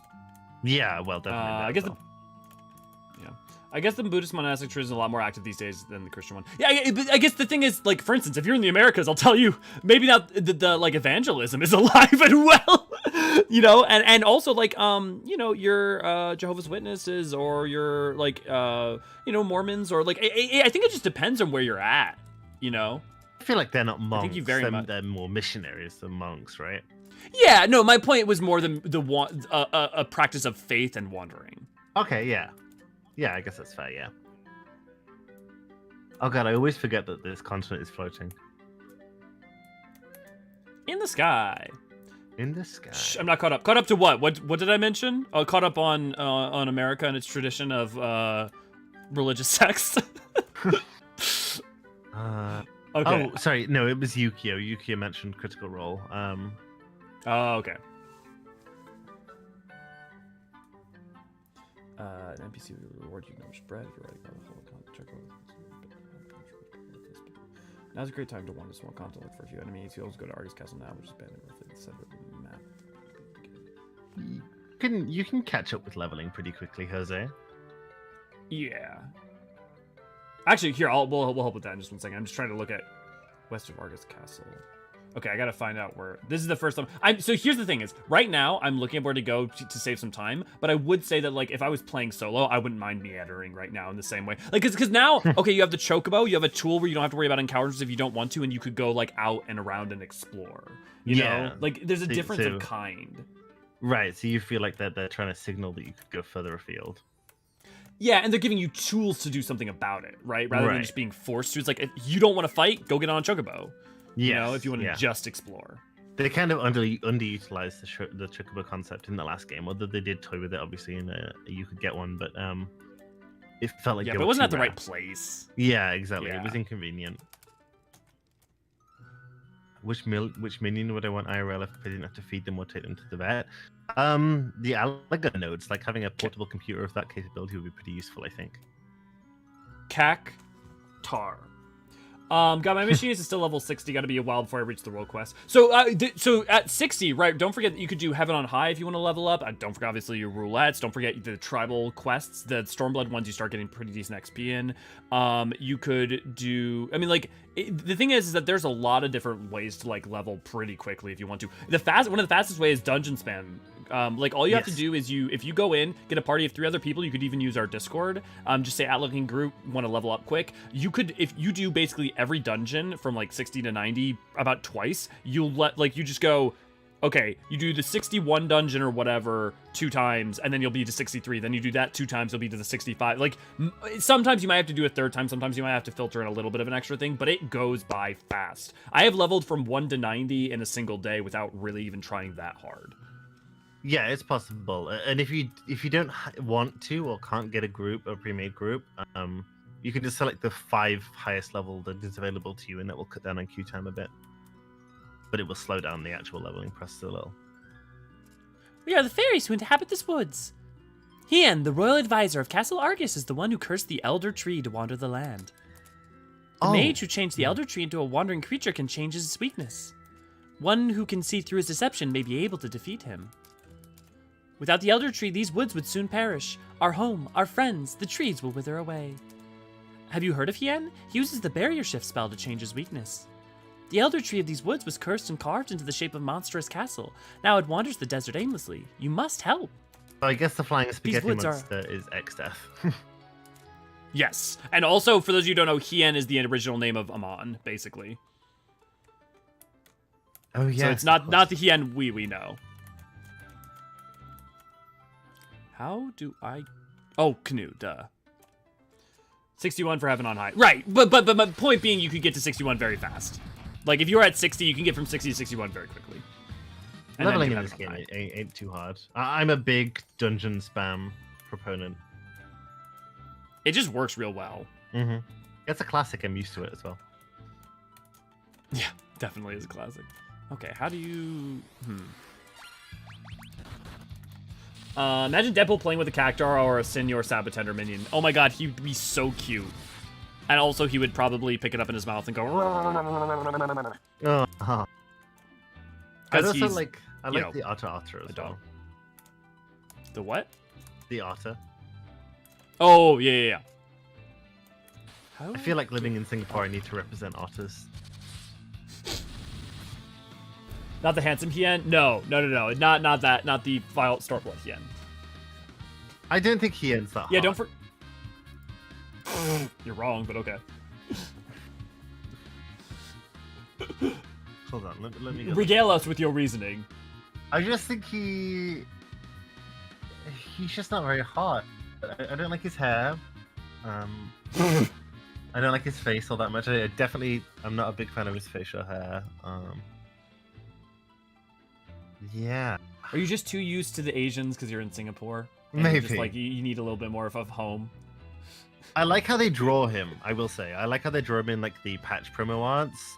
He looks much better in that than in his model, I feel. Mm-hmm. How do I get to Argus? Go Aslet. Now's a great time to wander the small continent looking for enemies, but there are only areas you can't enter. If you see, you can't go to Argus now. You can go to Argus now, which is abandoned roughly in the center of the map. How do I get there? You won't be able to get every chest yet. Can you get that? Oh, because I can take the boat. Duh. Yeah, oh yeah. The chin strap does nothing for me. He looks better without it. I don't mind it. Like, I don't love it, but I can't say it's like an active negative. I'm being cancelled by Demins. Okay, Hien's How is there not a handsome. character? He's just not attractive to me. But he is. Oh, okay, yeah, I can support the shit out of that. I just say I will go to bat for that man if someone says he's not handsome. I'm like, Yeah, he's objectively handsome.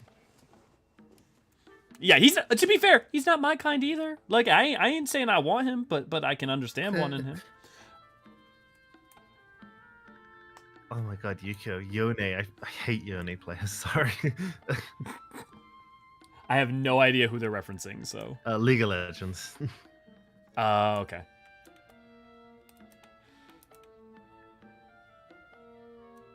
Aymeric, no. No, Aymeric looks like he has erectile dysfunction.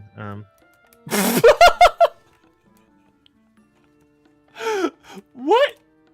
I don't know. it just vibes. Who do I find attractive in terms of 14? Thancred's Yeah, I guess kind of that's attractive. who's attractive? Thancred's pretty hot. You just like daddies, don't you? I see. Not normally. I'm a big twink guy. Like, Grati is kind of attractive. He's got a little bit of twink energy. That's fair. Yeah. Oh, Estinian's really hot. Estinian. See, that's interesting because Estinian's like, yeah. What's interesting about Estinian is like, are you attracted to him because of his masculinity or the fact that he has masculinity and effeminate traits like long hair? It's Because definitely like the you didn't mix. like. Okay, And I'd like. I was to curious cover after that. Hien. Who else? Obviously, okay, Orian's okay, very okay. attractive. Here's an interesting question. This is Gaius. Is Gaius attractive to you? He's not my type, but I can recognize that he's attractive. Okay, I was curious if he was your. Okay, cool. So it's not just a like sort of daddy energy thing. I'm about to burst out laughing at work.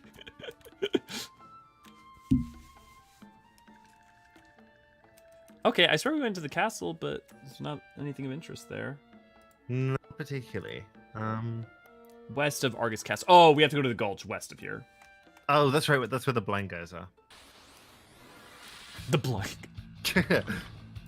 No offense to the Gungans or whatever they're called. Oh, these lizard men are so stupid looking. I love them. Oh, okay. Dementi's gonna get me on this, but I will say the Lupin are kind of hot. Okay, guys. Okay, you fucking furries. Problem with Gaius is you ask him about his day and the answer would be the rest of your day.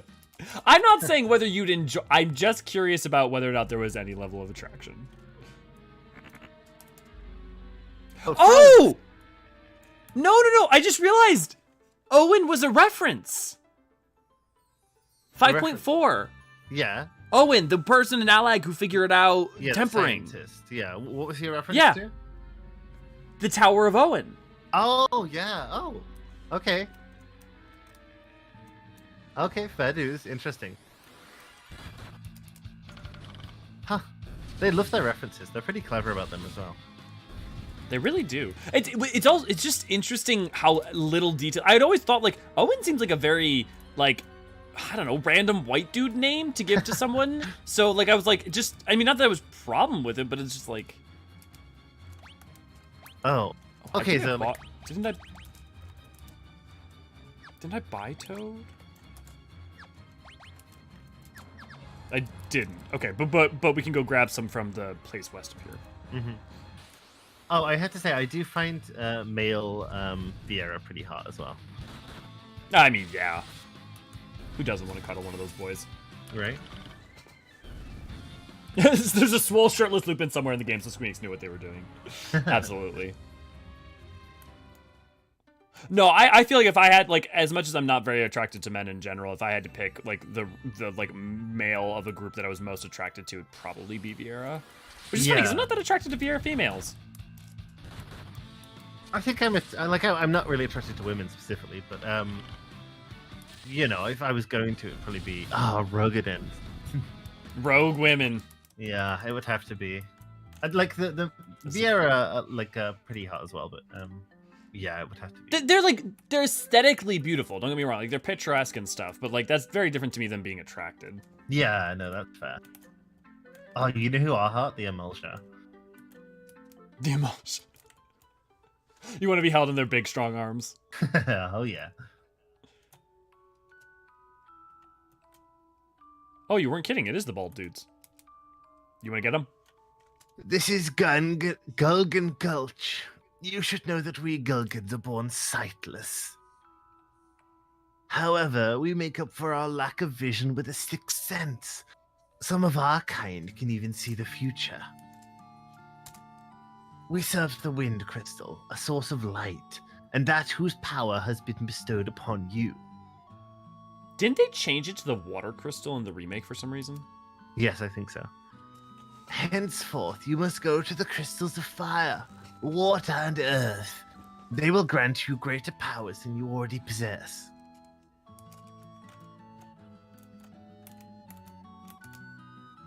The great earthquake was only the beginning. The tremors tore the land asunder. The crystals, sources of the world's light, were swallowed into the depths as monsters emerged from the chasms now scarring the earth. Which makes sense that they made the fourth Umbral Calamity the one associated with Allag. Oh, yeah. Yet that was nothing compared to the catastrophe to come. I see a future of both light and darkness, but this is by no means set in stone. The living woods, sentient forest calls to you. Okay. We stay sequestered away in this gulch, for those who know the future should not dare to influence fate. Feels like what you're doing by telling us. When crimson flames threaten the tower's destruction, he who alters fate's course shall awaken to his destiny. I sense the fire crystal's power is centered on the island of the dwarves. The earth's power sealed away the other three sources of light. The earth crystal may have been sealed in a similar fashion. I want to get those crystals so we can get some more classes. Yeah. So Yukio says which FFXIV race would be perfect to cuddle with and which would be the most awkward. I feel like male Ra are going to be horrible to cuddle with. They're sharp. Yeah, that's fair. And they're also just very lanky and tall. Yeah. You know, like just they're like stretched. I mean, I guess as humans, is probably in some ways the easiest would be a Hyur, but yeah, I feel like male Rogue I guess would it also be pretty good to cuddle with. It depends on if you like being Big Spoon or Little Spoon, though, because their arms are huge and they're like, you know. So like, if you were like Big Spooning a row male, you'd be like fucking like, you know, like. You'd basically just be on. So they're hot. I see a lot of people who like male Vieira, but think that the females are too pretty. I don't think the females are too pretty. I just think that like I like that there's a breadth and depth of different kinds of aesthetics. It's just like not my cup of tea. Yeah. I like to be the little spoon, so. So then you need someone big. So it has to be basically like a yeah. Yeah, right. You would need if it's male, it kind of you're kind of down to Rogadin then, aren't you? I guess you could do Eorzean, right? They're so long. Yeah, but then I feel like you just have like the Al Ra problem, but with like less poking. Yeah, it's slightly better than the Al Ra, but still, you're definitely gonna get sliced up if you try and sleep with an Al Ra, I feel. Yeah, I actually really like Eorzean women. Their awkward gangliness is really cute to me for some reason. Hey, it takes all kinds to like all kinds. Okay, you want to get this guy? Yeah, I'll give this guy. I have been expecting you. Take this spell and use it to enter the Tower of Owen to the north. Your destiny awaits you there, Dish. Definitely not influencing things. Right? We never intervene. Cough, cough. Take the spell. Melnikot. Take this, it's dangerous to go alone. Melnikote, best colors, nothing to do with my crush on a certain red-haired Capua. I mean, to be fair, though, I feel like that's a pretty fair... Especially if you were tall and like being Big Spoon, because Mikote males are shorter. You know? Like, I feel like that's a good call. See, I like being Little Spoon, but I also have kind of like I like short kings, so... this is my ultimate curse. I love... Just like your taste in characters, too. It's like you like daddies and twinks, isn't it? Yeah, right? No single pattern. These guys are so scary. It's like a mouth sphincter on arms and a dragonfly. Yeah, body. I was about to say, can I say something that we're all gonna regret? Oh yeah, go on. Dangerous fleshlight. Okay, okay, you're right. I as you said it, I thought he was gonna say it's fuckable. Hey, look, I asked, I tried. Oh, I want female Hrothgar as well, Yukio, but we will get it. Oh. It will inevitably come. Yeah, female Hrothgar I'm excited for. Yes. If I tended to play characters that weren't the same gender I identified with, I probably would also have a female Hrothgar alt, because I really love the Ronso. Yeah, and the Hrothgar... Yeah, and my thing is that from like 10, and my problem is that the Hrothgar in 14 aren't quite like Ronso. They're like a little bit more stocky. They're a little like, you know, like I love Kimari's look, and that's not what the Hrothgar are. And I'm glad they aren't. I'm glad that 14 has its own thing. But also, but I also love that look. The male Hrothgar are a little too stocky for me personally. No, which is not like to say I think they're too stocky in general. I just think they're too stocky for me to 100% count. Yeah. A Burmesian race. Well, we don't have like a stocky guy. Like we have, you know, Hurs are. I mean, we have like Hur and Mikote for like one look. We have Eorzean and Al Ra for one look. And we have Rogadin, and then you've got like Lothal for tiny. But we don't like have like another like different kind of stocky that isn't just like big tank burly man. So like I really liked that Hrothgar added like a different look for that like breadth. Yes, I agree. So NSK wants a Burmesian race. They're the rat people from FF9. Oh yeah. Yeah, that would be interesting. I'm gonna pull them back up just because it's been so long since I've. Because that's the what's her face, the red Freya. Yeah, Freya is a member of them, isn't she? Yes, she is. I mean, in some ways aren't the Kakern kind of that? Yeah, kind of. Like, I guess if you're gonna have them as a playable race, they'd be like a cousin species of the. But I don't think we're. I'm pretty sure FF11 took them as their inspiration for their Kakern, and then we got the FF11 Kakern as our thing. Yeah, that's possible. Yeah, that's sort of like a devolved version of the Burmesians almost. Yeah. You know, slightly more feral, slightly less sophisticated. Mm-hmm. Welcome to the Tower of Owen. I hope you... Actually, let me do it. I hope you like it here, for it shall be your final resting place. This place looks familiar. I love how I turn back on people for what? Oh, you know who is hot? Nail. Vandardus? Yeah, especially in like the corrupted version. Okay. I mean, sure. I stand by it. They're like, I like a monster person, like a sexy little monster person. Never changed Neri. The Kakurna are very, very similar. They're shorter and a bit more beastly, but they are very similar. Yeah, there is a difference there, especially the new, more highly quality models they implemented in Stormblood. Yeah. Oh, hey, Maiden's Kiss. There we go. So, no, Mallet must be for Minnie. Maiden's Kiss must be for Toad. Yes, yeah.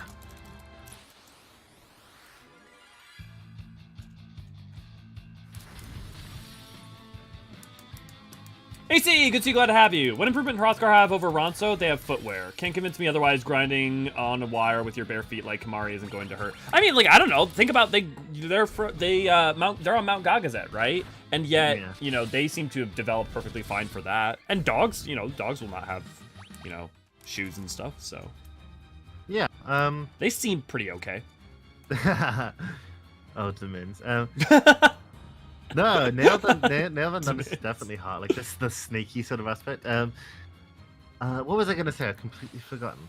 Something about. I don't know. Oh yeah, I love the Ronso, and I love Kamari because I'm a huge Blue Mage fan.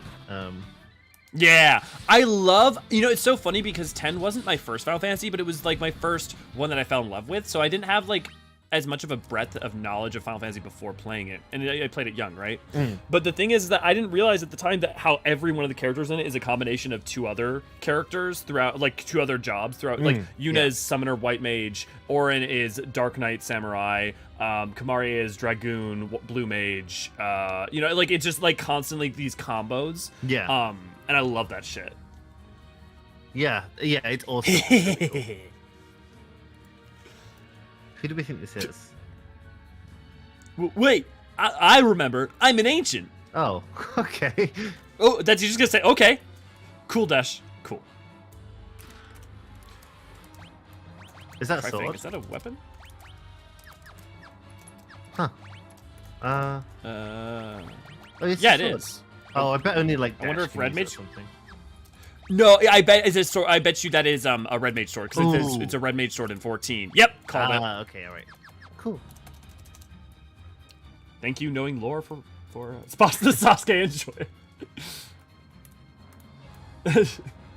You know, living dolls like a race like Black Mage from 9 would be really interesting. Well, I mean, think about it. They do that in Hildebrand, right? Like you have Gigi, right? Right. Yeah. If you were stuck in an elevator, I mean, that's kind of what the mammoths are in general too. Yeah, and the Sharlians literally have mammoths in like Black Mage outfits. Yeah. Your soul shall wander these sodden halls forever.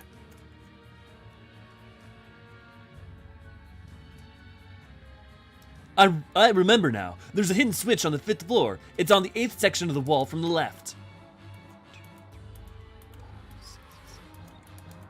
Oh wait, this is not the 5th floor. Oh. Dash is a weird guy. Papa Hildy. Yeah, exactly, Dust.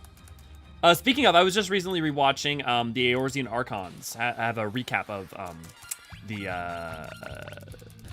Hildebrand quests. So if you ever want to recap those or rewatch them, their encapsulation's great. Yeah, useful. They're good guys. Yeah, we had them on for. We need to do more Eorzean archived, where like we do an interview episode with people from the community. I'm just bad about reaching out to people, partly just because it's like socially anxious and stuff. Yeah, definitely. I'd be up for more than that. If you want me to reach out to anyone or anything, then let me know. Yeah, if you want to take care of that, please. Yeah. Just if you let me know who, then I'll try and get on that. Yeah. I'm sorry, I'm forgetting their name because I'm just terrible with names. But there's someone who has come into our stream a couple of times. I'm forgetting their name. Oh, guys, help me. Oh, fuck, I'll remember their name later. They've done a lot of really wonderful, funny content. Okay. And I'm just blanking on names right now.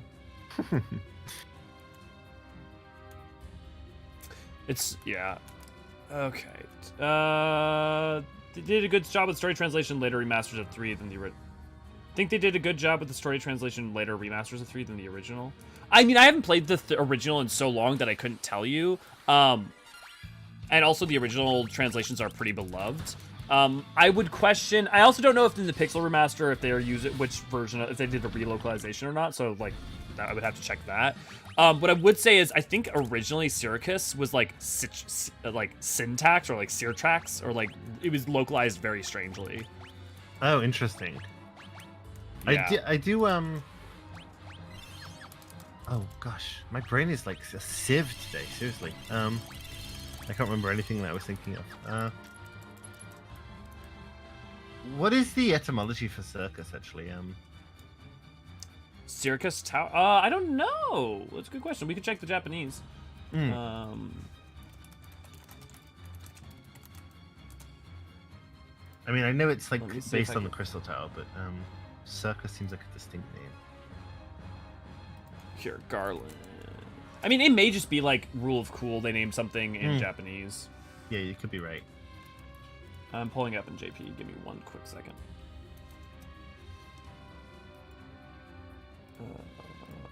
It is in Japanese shirikusu, which I don't know that there is any reference point. Sure. Shirikusu.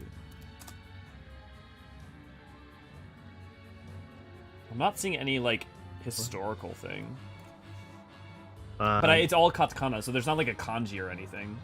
It's probably just like it's probably nothing then. If anyone knows, feel free to share. Yeah. Truth be told, going through the Tower of Owen reminds me of playing Link to the Past. It's old, but the gameplay is still fun. Oh, I love Link to the Past. I think Link to the Past is moments where it's kind of like, you know, that era of design where it's like, okay, I'm not entirely sure what I need to do next. But Link to the Past was one of my earliest personally owned video games. A Game Boy Advance with the Link to Past remaster on it. I mean, it's not really a remaster, it's a straight port. Like personally owned as in like not a family game type of thing? Oh, my family, I was the only person in my family that played games. So if I okay. didn't own it, no one did. So like, but I got a Game Boy Advance for like my 6th Christmas or something like that, and got Link to the Past and Kingdom Hearts Chain of Memories with that, as well as I would have gotten Pokemon Sapphire later, I think, because I got that when they came out. I think that my first would have to be either the like OG Tomb Raider or Pokemon Red and Blue specifically. So the one time that my earliest games were Pokemon Yellow. My older sister did have a Game Boy Color and Pokemon Yellow, but she didn't play it. But I didn't technically own it, so she didn't play it, but I played it, but I didn't own it, so I never. So like the Game Boy Advance was the first one that I owned. Right. Okay. The Tower of Owen. Still can't believe the hill. Okay. Sorry, go ahead. I was just gonna say, I was just reading up Dominz's comment that the Tower of Owen sounds like Owen Wilson's in a casino in Vegas. Yes, it does. You just go in. Wow. Wow. I won't cry in an elevator when I ask her for all embarrassing Alphino stories. Oh my god, that'd be amazing. I went through a bit of the 14 1.0 kick a while ago. It's hard to find much good recaps for 1.0 lore outside the MSQ, probably for good reason, but still. Yeah, Oblivion, good to see, glad to have you, by the way. I've been meaning to do stuff on that for a while. I've been trying to get the Dalamud project working on my end, and then I think I'll probably do like an encapsulation about the history of 1.0. I think Ethos has a pretty good recap of it. Yeah. And I've recapped bits and pieces of it in like coils and stuff. But no, I know Speakers Network has done some, like a bunch of different people have done stuff, but I know that I would want to do our own at some point. Yeah, I can millions, definitely please recommend Ethos Sorry, until we do our own. Yeah. Wow. Sounds like roughly white crystal, which no, because it's not Shiro, it's Shiru. So like, I mean, it could miso Shiru. Like it could be soup tower, which could be because like if it was white crystal, it'd be Hoito or Shiro. You know, Shiro. And also Syracuse is more blue than it is white. Yeah. The GBA version is demastered, but yeah. Owen Wilson should play the Titus in live-action Final Fantasy 14 and Final Fantasy 10 movie. That would be hilarious, and also please no. Yeah. I want people to take my love seriously. don't sabotage it before it's even begun. Trying to find a certain held console that has rectangle cartridges. Rectangle cartridges, I mean, like, well, console, you'd be talking about the NES, or the Nintendo Entertainment System. Or I guess rectangles, I mean, that was more closer to squares, but that or SNES. I mean, would be looking at? I actually managed to get the Dalamu 1.0 working on my PC. It's right pain in the rear. Yeah, it is. But it's very interesting to explore 1.0 world when you know only AR onwards. Yeah, Oblivion, actually, if you want to help me sometime, or like, you know, if you want to team up like on the Discord or something, I need to get that thing working. Depends. How well does he do the laugh? I don't know. But I feel like the thing is that you have to do the laugh very insincerely because the point is to have it be forced. And I'm not going to start doing my rants. You triggered Elio's trap card. I'm not going to do the rants, okay, Niniri? We've got game to play. You're so right. But, I mean, you make a good point about the laugh. When we get there, I will argue my point and it will prove it for me, okay? We just need to start doing this every day of the week and get there faster. That's all. Okay.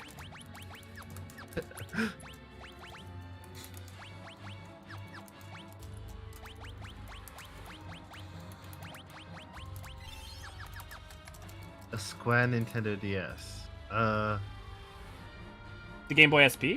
Yeah, the Game Boy SP. Like the one that had like Ruby and Sapphire on it and stuff, right? Yeah. Well, I mean that came out with the Advance, but the SP came out at the same time. But it's like the little folding like laptop looking one. Yeah. I think. Yeah, I used to have some. I used to have like Fire Red and Leaf Green and stuff on that. That was a good because it's all server. Yeah, it was. They still hold up. They're still great. Yeah, Daniel, it is sad because being server side. I'm going to explode later in the day if he holds in this rant. I can hold it in, and also, look, all we have to do is me and Neri just have to play a lot more and get to 10 faster, and then be like, and then I can talk. I mean, it's gonna be funny though. We're gonna be at like Final Fantasy like 6 or something when 16 comes out. I'm probably gonna stream playing all of 16 over like the course of a week, and then like we're gonna get to 16 again like a year later. Okay. I, Medusa, will destroy this tower in the name of Zande. Name check. The continent will plummet from its place in the skies. You will not interfere. Now die!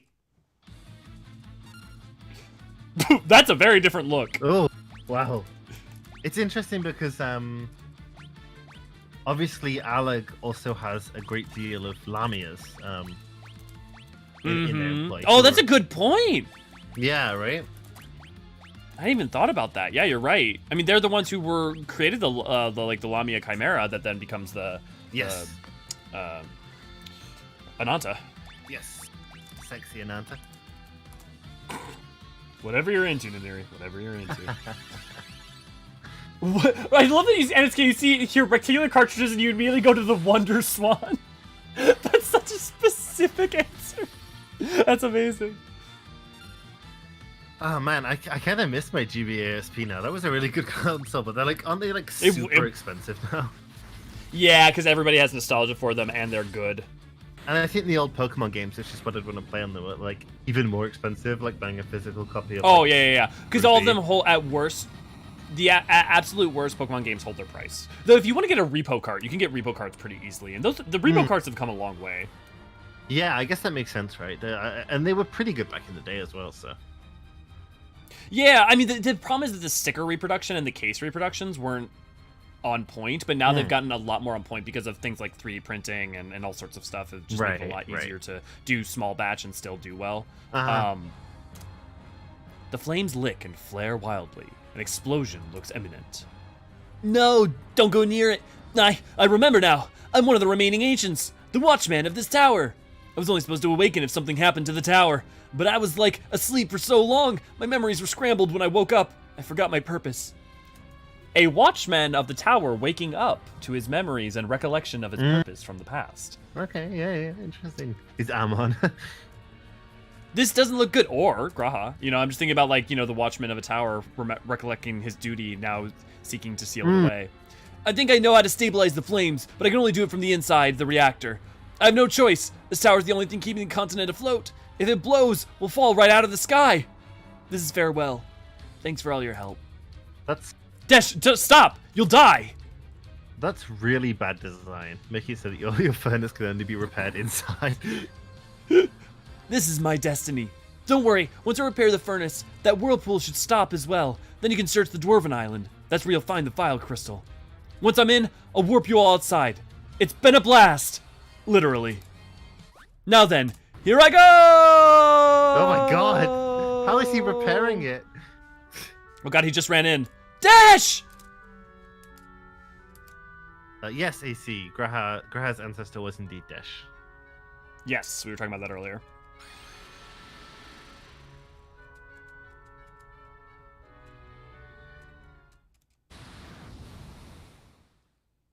I also love the implication, right? That if you're paying attention, wait, this tower's keeping the land afloat? Like they have this like future technology thing dealing with the past, also like maintaining the natural world as we know it going on, you know? Yeah, it's an interesting one. It's the world building does seem to be the best out of the 3 so far.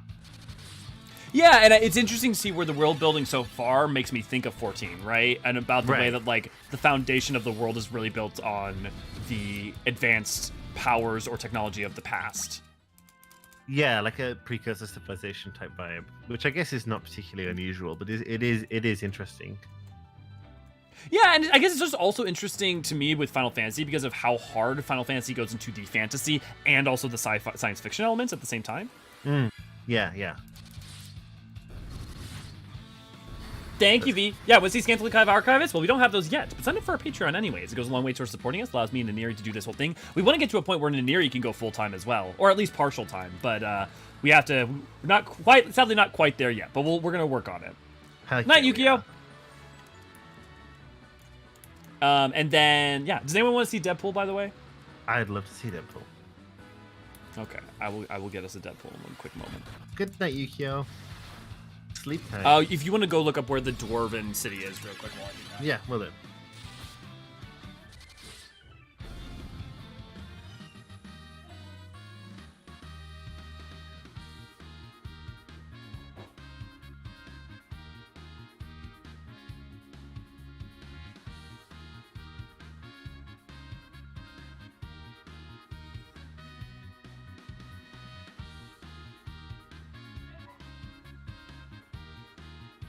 Wolves.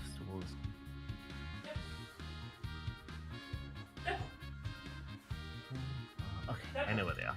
I have figured it out, everyone. I've got the boy.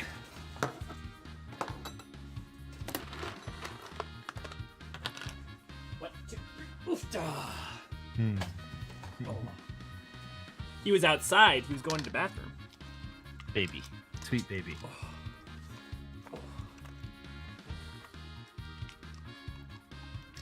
I have found the dwarven location.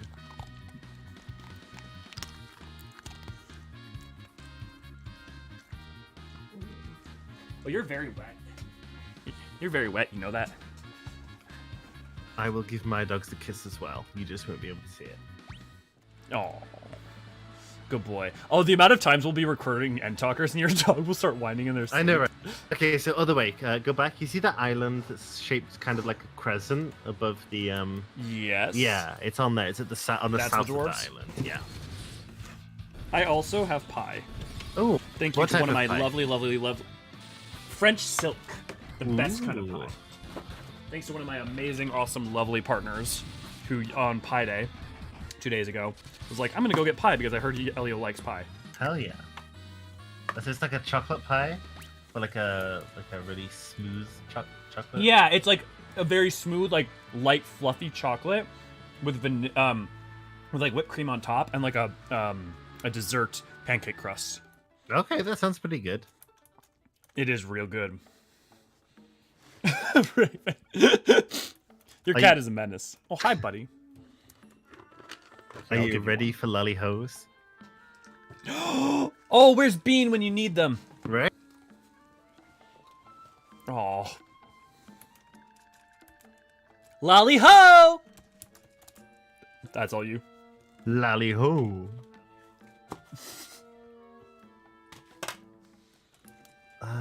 So AC's asking which makes a superior antagonist, gods and beings from beyond or man-made and mortal characters. They're neither. It can be either one.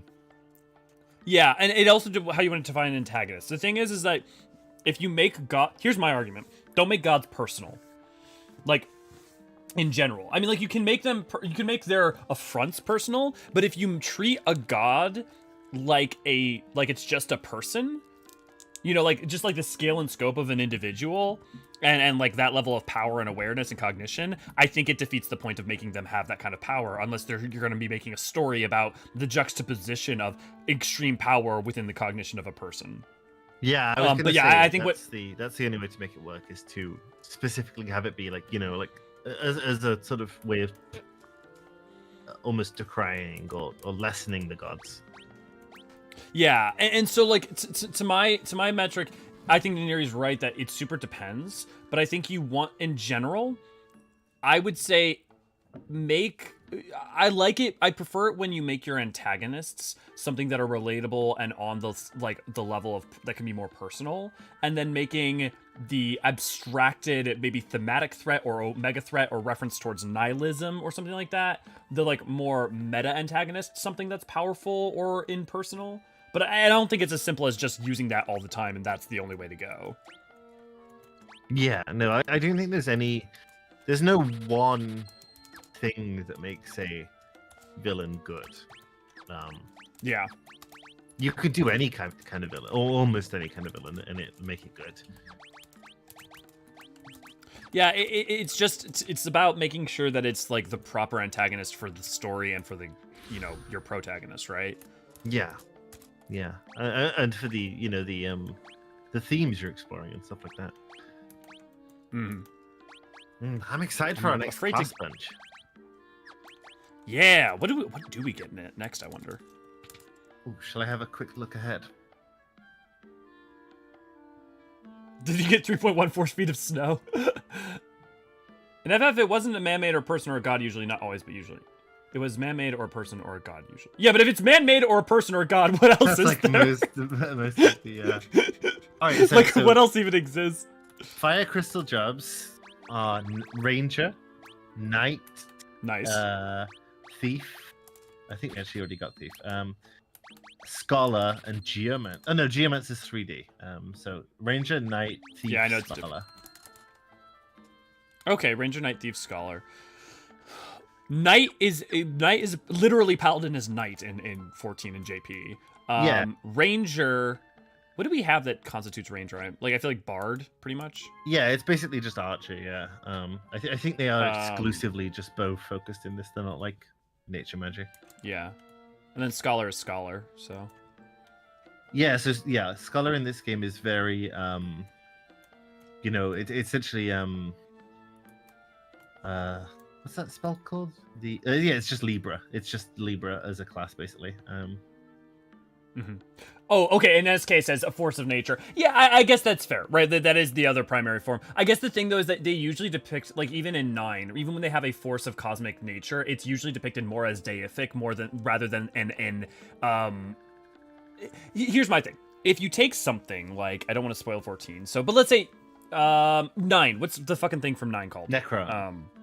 Necron. If you take Necron as a representation of a force of nature of the utter idea of existential despair, that's fine, but the thing is, if you create it as a personification for the force of the plot, you've effectively just made it a god, right? Yeah. In my opinion, which I think you could probably very easily, there's probably some very cogent arguments against what I'm saying here, so far be it from me, but I just think if once you've personified it, it's not a force of nature, because force of nature to me is not just an expression of the world, it is also something that is disconnected from being personified. Well, I think even other historically, than what you apply to it. You look at like the Titans. The Titans are conceived of as gods, but they were just they were literally personifications of nature. You look at the Kami. You right. Look at you know, all across the world in religion, there isn't necessarily a strong delineation between force of nature and gods. Often it's a type of the other. Frog time. Okay, I like that they're kind of reusing this mechanic. I vibe with it. I'm feeling the exact same. And also it doesn't like just say nothing. Unless you're a frog, it says, hey, maybe we should become a frog. You know, like it gives you the right kind of nod though, you know? Because like a bad kind would be, yeah. Oh, I need to unturn into a frog, don't I? I like the poses that we do though before we move as a frog. Yeah, it's like prep in action. Yeah. I mean, you're not wrong, but it's worth remembering Necron was added late in development because they were too nervous to not have expected Big Boss God at the end of 4. Right, but I don't think that takes away from the point, right? I think whether or not it's relevant for the plot, it kind of doesn't affect my point. My point is more, whatever you make the fundamental antagonists, right? There's no point at which in Final Fantasy that I can think of, please, I'm sure there might be, in terms of like mainline, that they don't personify that force, right? Yeah, I mean, it's also worth noting, like, so the point falls apart if we remove Necron anyway, because the guy before Necron was Garland. Not Garland. Yeah, Garland. Kuja? No, yeah, Kuja and Garland. Yeah, those two. So like, so then it's not a force of nature anyway. It's a person. Right. But also, I think, like, but the thing is, Necron, if you think about Vivi and you think about the story about 9, well, Necron can kind of feel a little bit like it comes out of nowhere. If you actually look at the themes, it actually is pretty applicable and it isn't random. Like, it doesn't actually end up feeling as random as it might seem at face value. Yeah, but, like, I mean... if I was given let's the just choice, say... I would have left it at Kuja, but yeah. Yeah. I think that's fair, and I will argue that I don't have enough of a stake in 9 to argue one way or another, and it's been so long, I would probably wait to have an opinion until we get back to it. But if we look at, just look at 14, right? Existential despair personified. You look at 13 and how it's all of that shit's embodied in Orphan. You look at 12 and how that's embodied in how, like, I'm trying to think about a time it's not personified in some way. Well, I mean, yeah, because it's an enormous part X-Death. of FF9 storyline. Existentialism and the nature of being. So yeah, I mean, it definitely feels like it's a through line in many of these games. It's definitely a thing in 10. I can't speak to 11, but I'm given to understand that there are artificial humans in that. So artificial people in that. So I'm going to assume it is. And 10 is super interesting because you simultaneously have creature as literal force of nature and as personification, and then you also have personal stakes human personification as well, which I won't go into any detail about for now. Yeah. Beetle. Let's heal Beetle up. go brrr. Is dwarven stuff associated with frogs? Is it? Is there like a bunch of frog jokes in Calusia or something? I don't remember that. Yeah, frogs are like more Charlian in 14, Charlie. Maybe I'm wrong. Maybe I'm missing something. Oh, look at that gross little dude. The stalagmite. I mean, it's basically just rocks with an eye. Yeah, it's a stalagmite, I guess. It's a mite of stalags. Oh, I guess it's a literal mite. Oh, Yeah. Joke. I will say it is nice playing 14 that now when I play older Final Fantasies, certain things like pop out to me way more. Just for instance, like how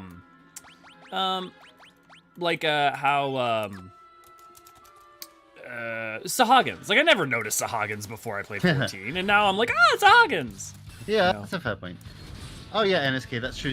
Some of the Dwarven automatons do look like frogs, that's true. Oh, true. Yeah, NSK, that's a really good point. Yeah. I literally fly around on that all the time with my cook, my culinarian right now while I'm doing the Loporrit's quest. You think I would have remembered that?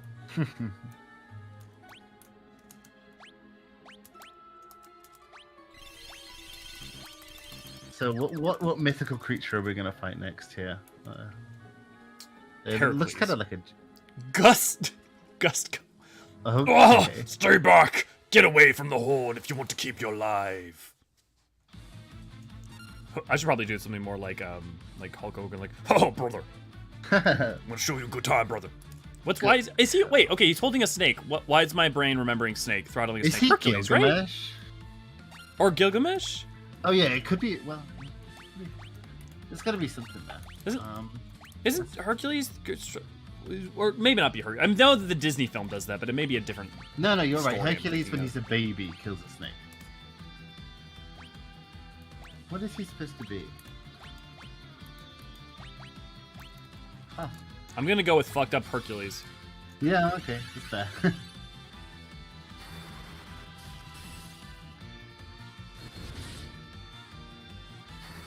His 3D render's kind of gross. What's? Oh, okay, we can kill that. He's like a Easy. naked I'm white looking. baby. Guts Co. FF3. Like an overworld one. You know what that looks a little bit like? What does it look like? I mean, it doesn't really, but it just made me think of Innocence a little bit. Oh, interesting. Oh, okay, that makes sense. If you look at the version of it drawn by I'm forgetting his name already. Amano.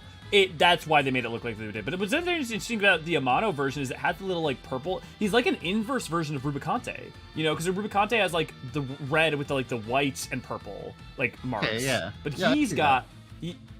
Yeah, it's interesting. He's the original one-winged angel. in the artwork, he's got one wing. Yeah, interesting. There you go. There you go.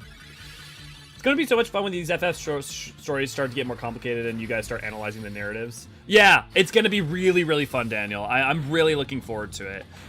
And I think it's going to start to happen a little bit in 4. And then, but it's going to keep getting more and more and more as we go. Yeah, I wonder if 6 is going to be the first point we're going to really see it. Or I wonder if that'll be when we hit the 3Ds. Okay, here's a great example of why I like 3 so far.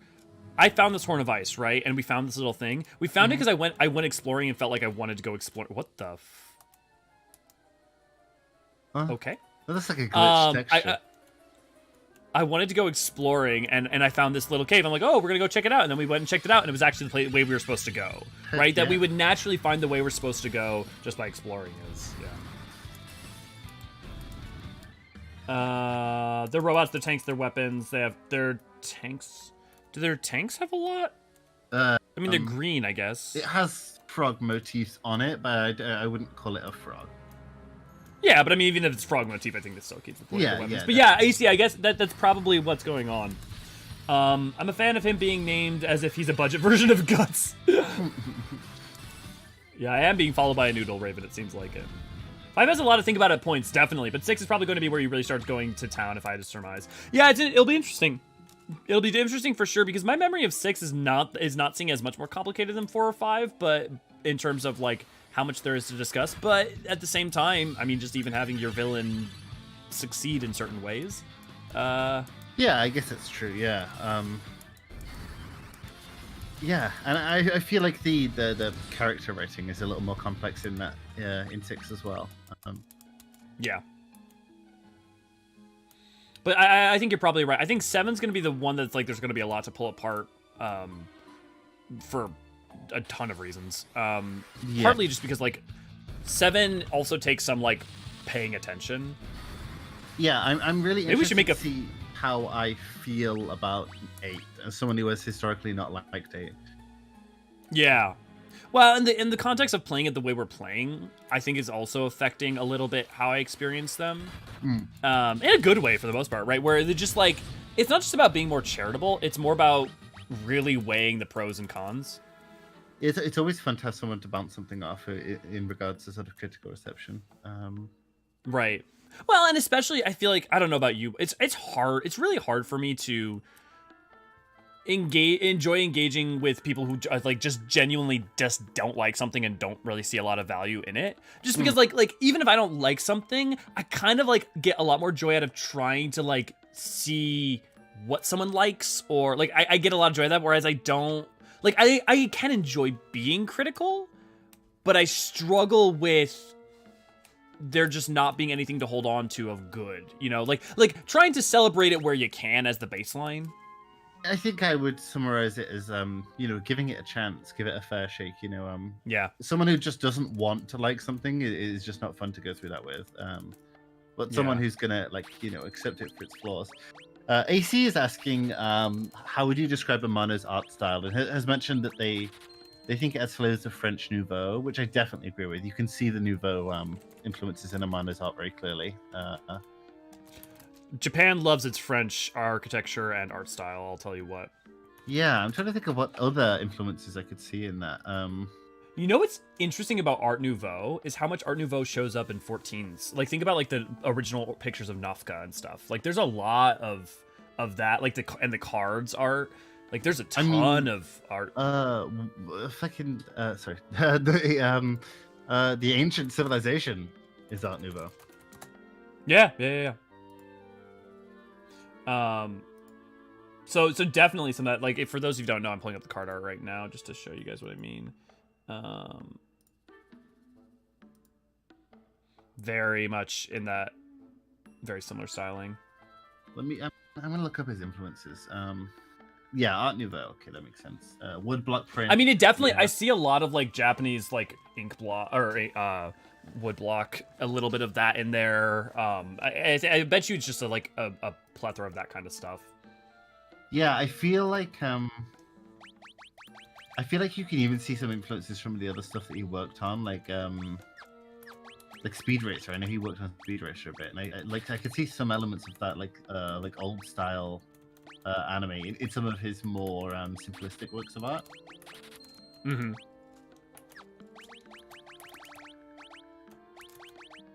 I'm gonna buy some Phoenix Stones so that if anything ever goes wrong, we're good. I like the story of 8, but I hate the junction and progression systems. Yeah, the problem is that the junction systems are I don't want to say a great idea, but I feel like a good idea with not a great execution. And it's they can break them and break the game in not good ways. I mean, that's because you had trouble with it or because it was way too easy. For 8, I feel like the problem with the junction system is that it can be incredibly hard or way too easy, both ways, way too quickly. Like the thing, because if you know what you're doing, you can break it in cool ways, but if you don't know, it's just like not super approachable, and like you can fuck yourself over in certain ways, and like I don't think the problem is the junction system is fundamentally bad. I think it just needed more polish. Do you guys know who Robert Ferrari is? Sorry, go on. No, you're good. Go ahead. I don't like 8's aesthetics as much as I do 7 or 9. But is that because of 8's aesthetic or its limitations at the time? But I like 7's aesthetics. Maybe it doesn't play to the strengths of its limitations enough. Maybe that's what I'm thinking of. I did not know Roberto Ferrari's name, but looking at his art, I definitely see how his art's very much like the Square Enix, wheelhouse. It looks like he's done a lot of stuff for like Nomura. Like I'm looking at a lot of like 15 and a lot of 15. 7 remake. Yeah. Oh, is he done 7 remake stuff? Oh yeah, I see Tifa here. Whoa, it's our horn. You're the best. Now put it back where it belongs, please. Hang on, I'll take down the word. Hold ho! Holy ho. Oh, it seems like this guy did the concept art for Cloud in the dress, which I appreciate. Yeah. Oh god, I love the fucking balls on them to like just commit to that and like treat it as a celebration and fun and like cool. Yeah. Like it's just a great moment. It's just like a really great moment. Yes. Yeah, it is. I love the remake so much. I mean, here's another nice part about if you were able to be doing this part-time with me too, is we'd be able to do something like regularly get through that stuff. It'd be a lot easier to do the remake and all that good jazz. Definitely. Ha ha ha ha! You fools didn't even notice me hiding in your shadows. Now both horns are mine for the taking, brother. Rawr. Oh, that's what it was the whole time. With both horns of ice in my possession, I can extinguish any flame. The tunnel in the crystal possesses no obstacle to me now. Ho ho! Power of fire crystal belong to me, brother. Guts go, the great, it's mine, all mine. Ho ho! Okay, let's go. Have I healed everyone? Yeah, okay, cool. You went this way, right? No, wait, it looked like you went into the tunnel down below. Oh, did he? Have you played the 8 remaster in Neri? I mean, is there a remaster? I feel like it was mostly just ported. Yeah, I did not know that it had been remastered. I knew about the PC port and like the console port and stuff like that. I didn't know that it was a full remaster. That's interesting. If so, I'll have to take a look at that. But then again, I almost feel like it's in art direction that. But I'm definitely going to give it a chance. I think my opinion will warm to it once we've played it together. Yeah. Well, and if you go in having lower expectations, it's a lot easier to raise them. Real quick, I just found it tedious turning enemy into cars. I didn't mind that, but avoiding leveling because enemies scale to your level. I hate scaling enemies. I hate that in games. Yeah, I don't like much. scaling enemies either. It used to really annoy me in like Dragon Age and stuff like that. I'm like, I don't need scaling. Yeah, either give me a game that has non-scaling, or just doesn't have levels. That, like, frankly. Yeah, because what's the point? Yeah, replace the combat grind with triple triad grind. To be fair, I didn't mind that, but I definitely can support why that's not a big love. Where did he go? I showed him go out this way, but is there a different tunnel or something? Shall I have a look?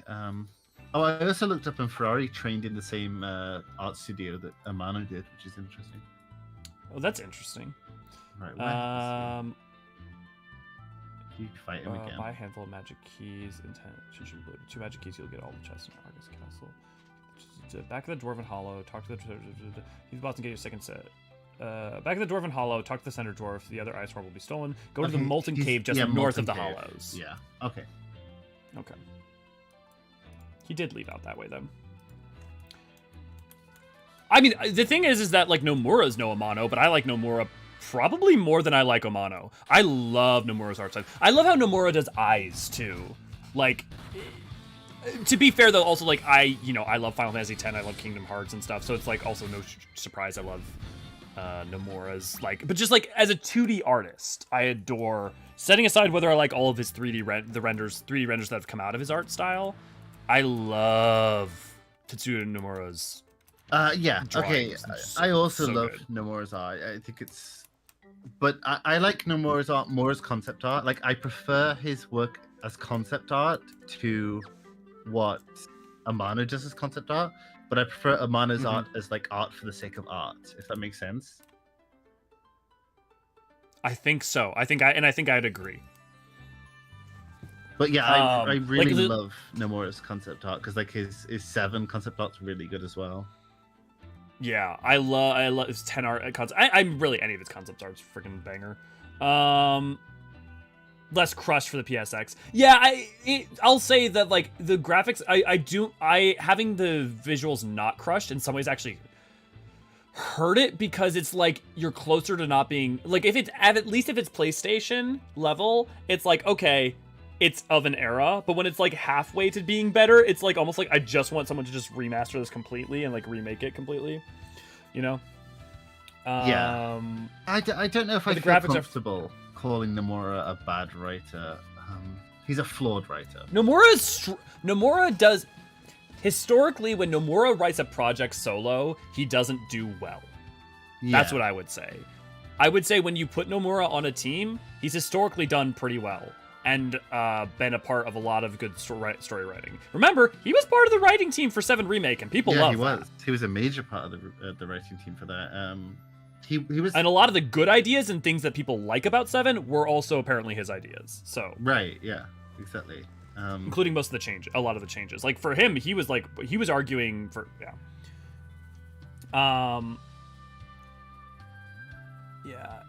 Character design work shows best in his Dissidia games and translation of characters into the format. Yeah, Nomura, great artist, but a bad writer. Yeah, I look, Daniel, also, there's a lot of things that Nomura has done that I really don't like his writing for. So don't think that I'm defending him wholesale. I'll just say I think that he's not always a bad writer. Yeah, I wouldn't say it so uniformly, maybe I would say. Isn't he also a major designer and a major, like, director for TUI? Yeah. Yes. Yeah, and people love Chewie. I love Chewie. Oh god, that's not great. He was a creative producer for Stranger of Paradise. Let's just not look at that. Yeah. Let's not count that one.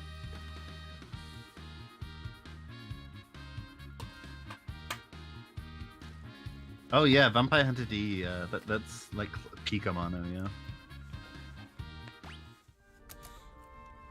He also did Speed Racer, like I said, and I think he also did some old... Has Amano ever done Magic cards? No. No? No, because... I'm surprised. Yeah, he would fit it. Amano... Maybe he has. Let me have a look. Was Nomura responsible for writing the KS? Yes. Nomura was part of writing the Kingdom Hearts series from the very beginning. But, and 1 through 2 was he was on a writing team for it.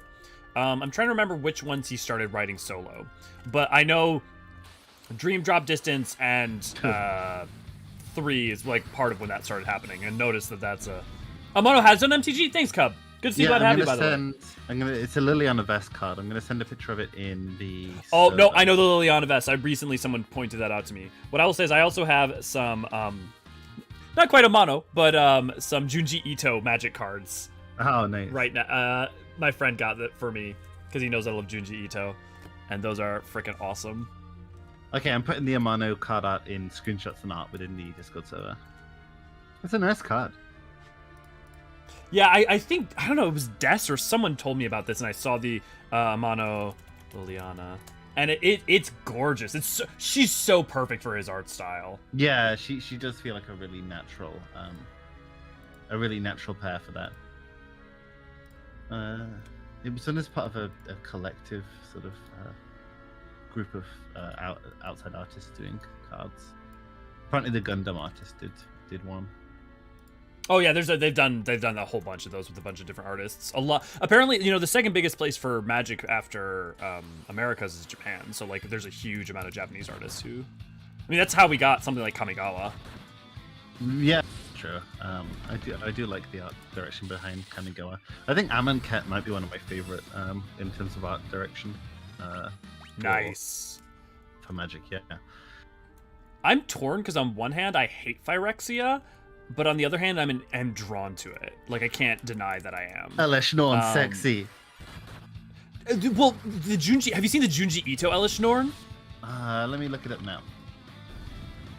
Gorgeous. Yeah.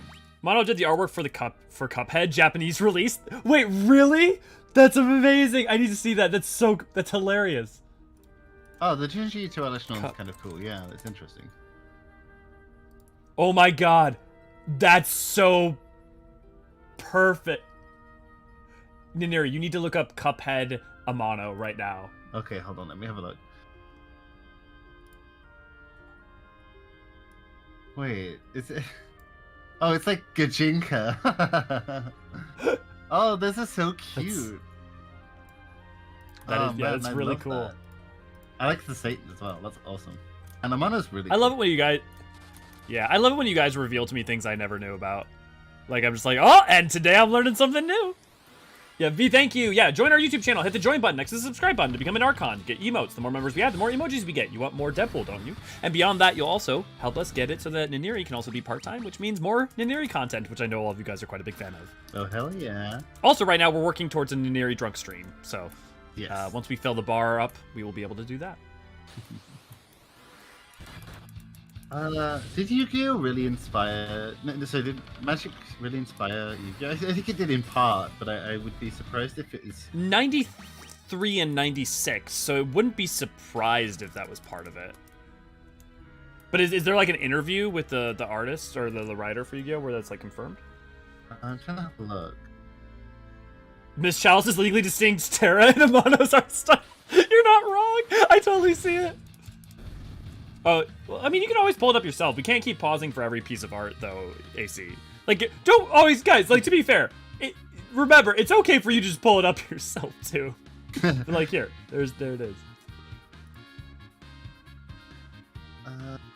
I mean, I wouldn't be surprised if it was inspired in part by Magic, but obviously, I think the manga is sort of independent of the manga predates the game, obviously, and is the manga's 96 and then gets into card games. Got into card game focus relatively quick, but so like 3 years is enough for it to come over.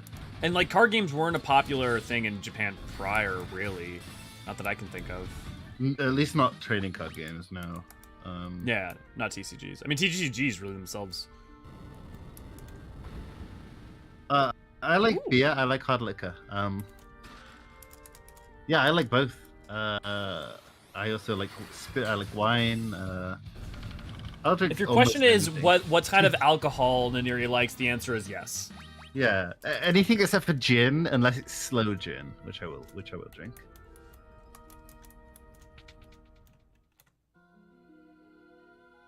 Oh, hey, Fire Crystal. Oh, classes. So what classes are we going to make people, is the question. I kind of want a scholar. I think it'd be fun to have like an unconventional, maybe not amazing gameplay class.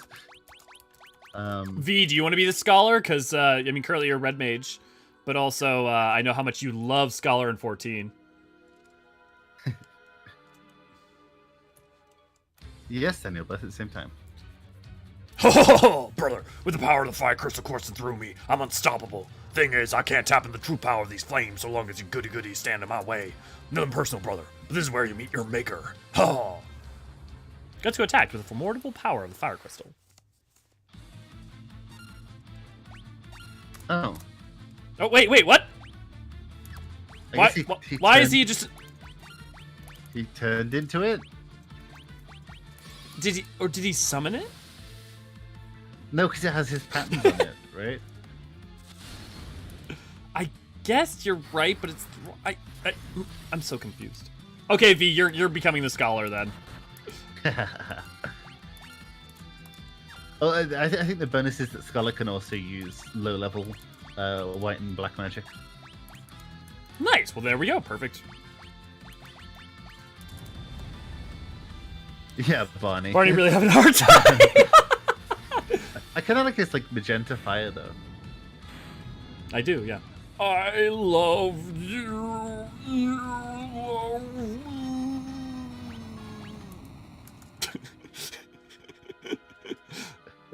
I love how the fire crystal's also blue. Oh yeah, well why bother changing? Why bother using the assets? Warriors of light, I bestow upon you the power of light, kindled within my flames.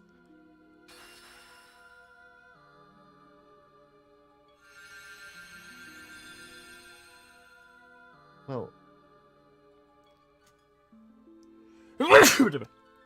Receive a new title from the fire crystal. Ranger, Knight, Thief, and Scholar. I guess all warrior become the knight then? yeah, I think that makes sense. AC, I don't think that they're supposed to be. I don't think they're supposed to be parallels to Final Fantasy characters. I think they're just supposed to be like humanoid takes on the Cuphead characters in like an Amano style. Yeah, I would recommend just look at all of Amano's art and you can see a lot of repetitions. I mean, like the version of Titus from Amano looks very similar to facial features to like Terra and some other things, right? Yeah. I think there's just a lot of repetition. Yeah. V, you want a mustache? No, apparently you want to be Beethoven. Ha, hell yeah.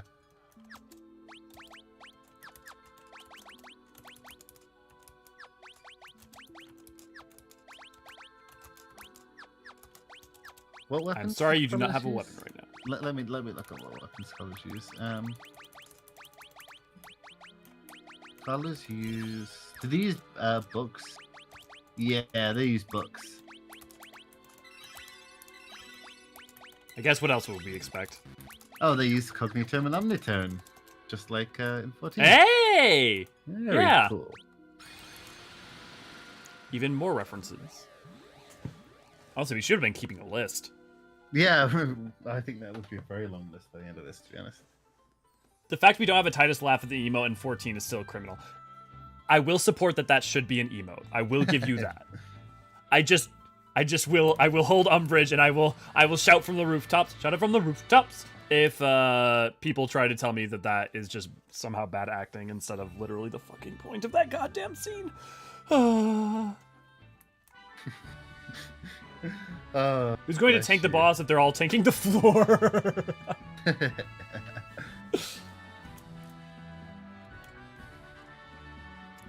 Warriors of Light, you have to help us. See, this is a great example, right? They're not going to make me go search. They're going to give me a clue to the next thing. Yeah. What happened? Tokul, my beloved home, had nothing left to plunder, so they're putting it to the torch. Please, you have to save us. Wait, he's dying? He ain't can change his weakness on a whim. However, a scholar would be able to see through his tricks. Ugh. Hey, look at that timing. V, you're going to save us. I wonder how I feel about that. I wonder how I feel about it forcing you to make one of your... You can change it easily, so who gives a shit, I guess. I'm fine because you can change jobs on the fly really easily. It's not a problem, you know. Versus like if you had where you had to pick them when you start out in one. Right. And then the other thing I would say in support of it is it goes out of its way to warn you about it, not wait until you get into the fights to say, oh, time to turn into a scholar. So now if we wanted to go train someone up to be a scholar, we could, you know, or we could go explore, or you know, when you're not having to like faff about in order to find what to do next, like it's okay to like it's then I feel better about exploring when I know what my goal is, so that I can do, you know. Yeah, like fake laugh emote, yeah. As long as it's called fake laugh, not bad laugh, because then I would be furious. The trolling would be immense, yeah. Oh my god, Lalafels would do that laugh all the goddamn Oh, you're right, AC. No, we can never have that. This is why we can't have nice things. Lolorito pulls that out all the time. He's just doing it, but only half of. Oh, that's Teleji. I was saying just Teleji doing half of it in the grave. That's how Papa Shan Okay, now I'm imagining the princess is gone. The sultan is gone. Okay, now I'm imagining like taking the Teleji model and putting it like halfway through the floor and making it do like a laugh emote. Nice. I would, yeah. Let's get it up. They reduce the penalties of swapping on jobs on the fly. Yeah. Is Yes. the Lollyho greeting emote also based on the sprites raising their arms? I guess. I mean, it kind of looks like it. Yeah, maybe. I think that's flimsy, but yeah, maybe. Drop stepping in 14 would break the game. Yes. I wonder if it Yes, can be it implemented only for some role type with a very long cooldown. No. I don't want that. It could be, but I don't think it should be. I don't want that. I don't.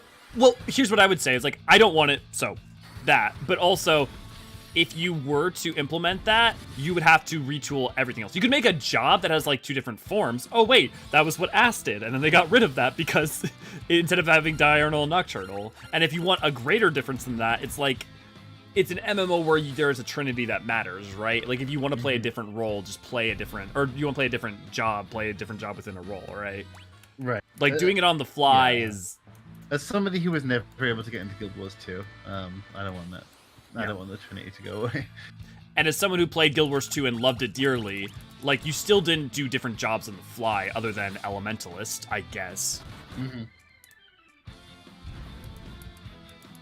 Man, I like 11 where I can change my pants mid-fight.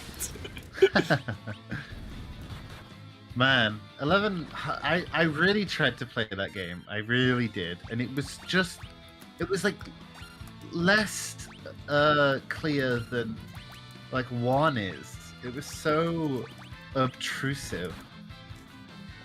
I mean, that's early MMOs, right? That's like especially pre-WoW MMOs. I know, but I kind of love it is- sometimes. Sometimes it hits, sometimes it doesn't. Ooh, vulnerable to lightning. But does it permanently tell me that information is my question.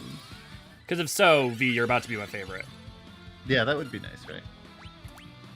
Ah, it doesn't. Uh, Alchemy. Oh, wait, Ooh. can they mix things? or can we just use items that are higher? Because if so, we might need to keep like damage inflicting items. Let me check it. Yeah, go look into that. Tell me what you find. 11 is obtuse. I loved it. Yeah, that's the thing, Cub. It's like I don't know that I would criticize 11 or like anything that does that necessarily, as long as it's kind of intentional. It's like I don't like the thing is we love Souls, right? Me and Neri love Souls, but I think there's a difference for me between an MMO doing it and a single player game.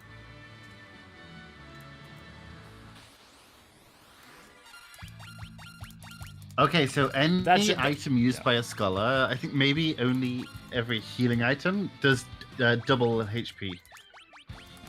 Nice. That's pretty useful. Oh, yeah. because they were highlighted in green. That makes sense. Okay. Yeah, right.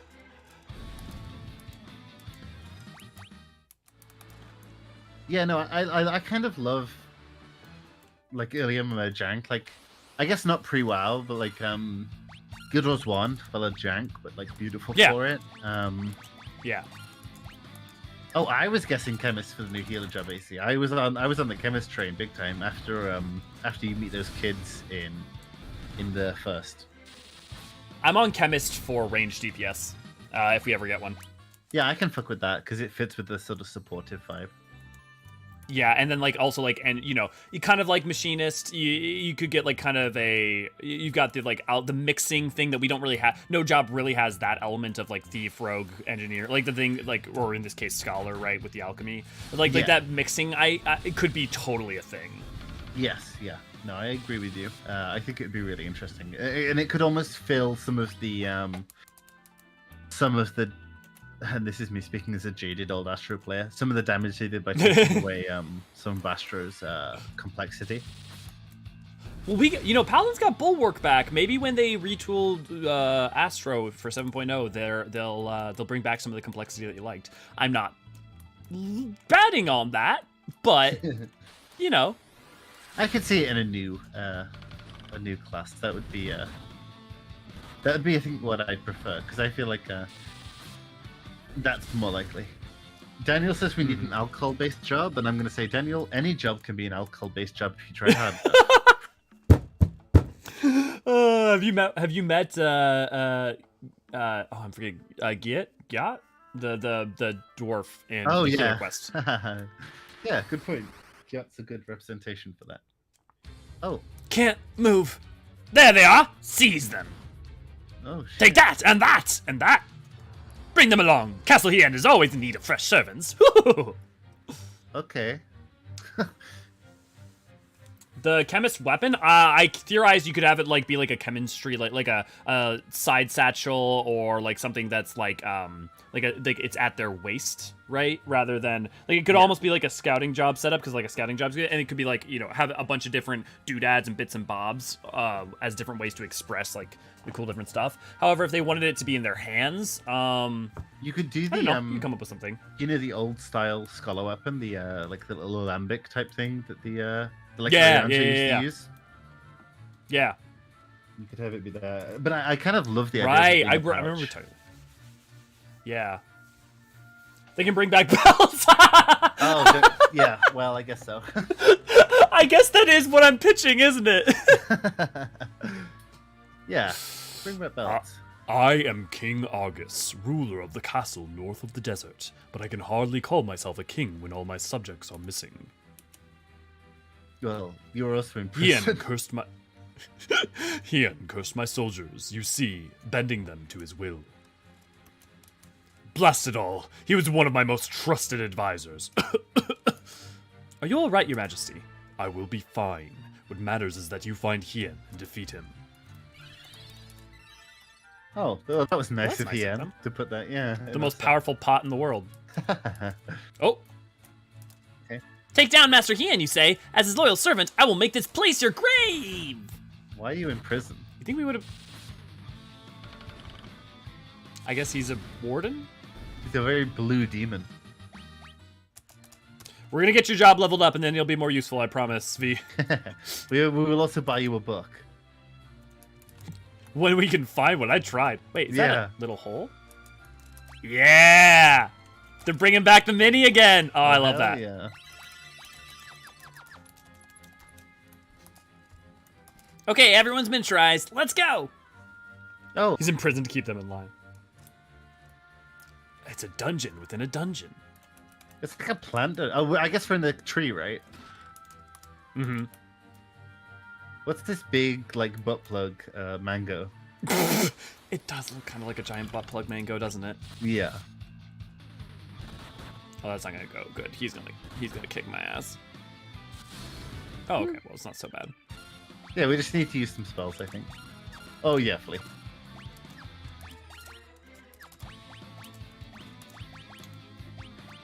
Oh, interesting. An Arctic wind. Oh, the attack dude does double too. Ooh, nice. Let's try that. Okay, that's pretty useful. That could come in keen.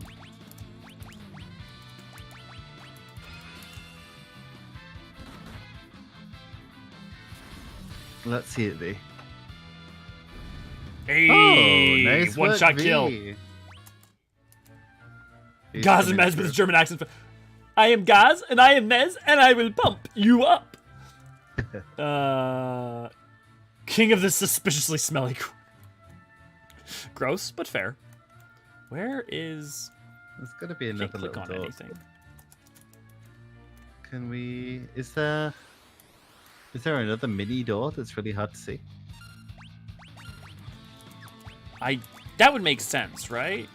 Yeah, lemur. Okay, if you insist that that's a lemur, it's got to be that. The old magic card that was it was like lemur, and they thought. It Oh was yeah. lemur.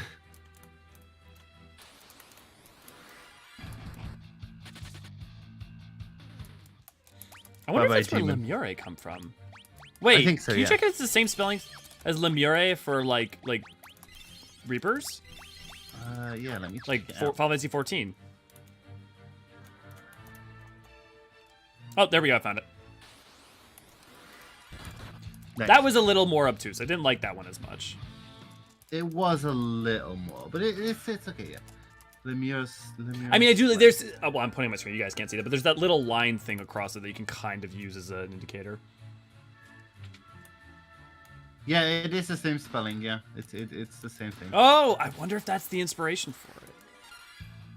It doesn't mean anything in Latin specifically. Lemure, isn't it like a type of demonic entity? Is it? Yeah, That would make sense. It's a Roman like ghoul. Oh, okay. Then that makes sense why they're called the Lemure. Oh, and it shares a root with Lamia. That's interesting. Oh, interesting. But that explains why the Lemure are then called the Lemure in 14. Yeah, it does.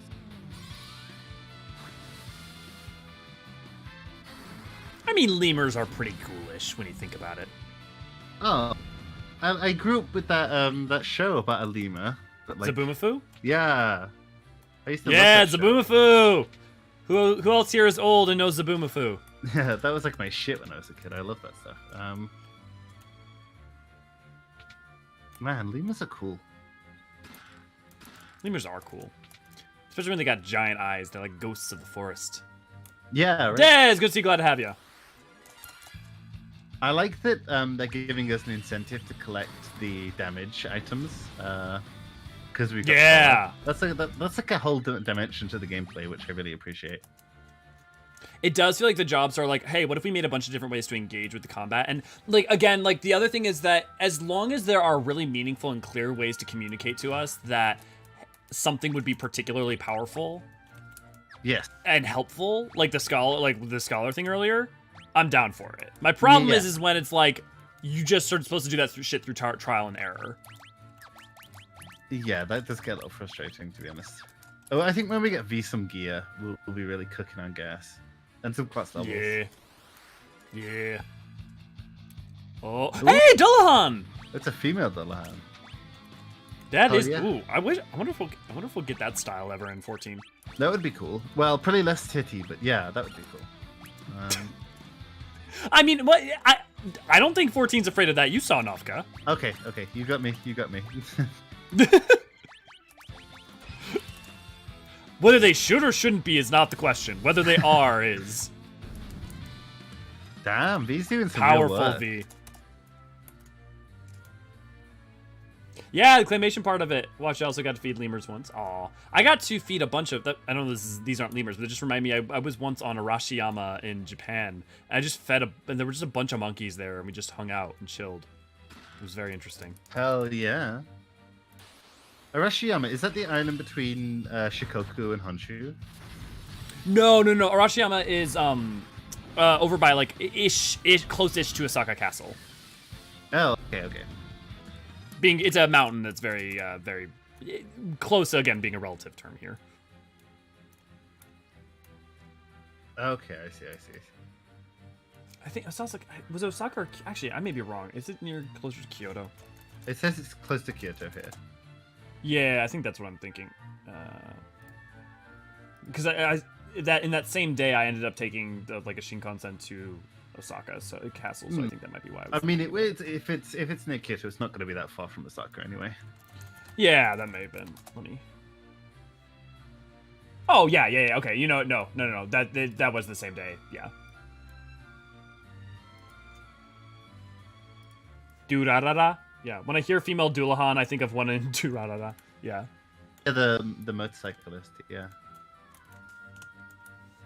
Man, people used to be obsessed with Durara. I can say I was not one of them. No, neither was I. I mean, it's fine.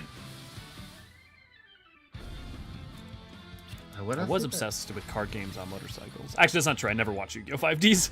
I did watch GX a lot, though. Yeah, I like GX. And I watched like one episode of 5Gs and couldn't really get into it.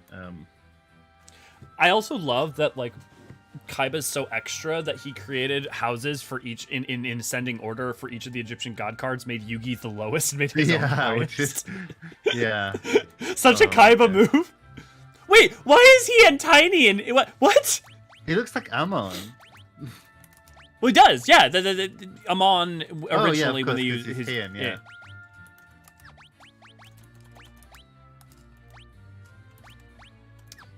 No, I can't unmini. Okay. Well, this is gonna be interesting. I guess It's Hien, the mage! This is the fountain of corruption. Dark power truly spectacular. You can never understand. With this power, I can move forests, control armies. I can hold the world in the palm of my hand. All those who dare oppose me will be annihilated. Oh, okay. Okay, Amon. It really is just Amon. I didn't remember that design.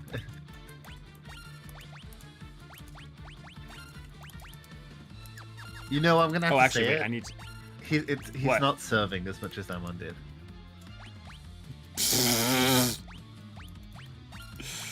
Okay, Naniri. Hey Daniel, I'm a huge Digimon stan, so let's not mock Digimon in this chat. Who's making fun of Digimon? Daniel. I remember watching when I was in college and laughing. I mean, dumb is a relative term. I mean, if you want to, if you look at anime, a lot of anime is dumb at a surface level. You have to be in a certain mindset to appreciate. Yes, I can treat you in the raid, I think.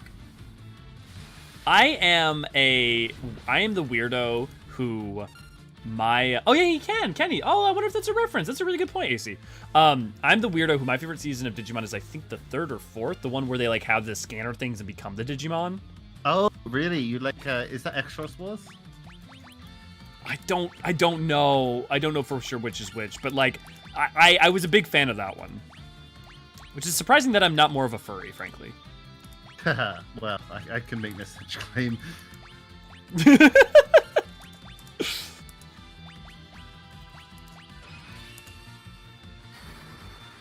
Oh, no, it's not Tamers. It's not Tamers, Scarlet. Tamers is the 2nd season. The one with Gilmon.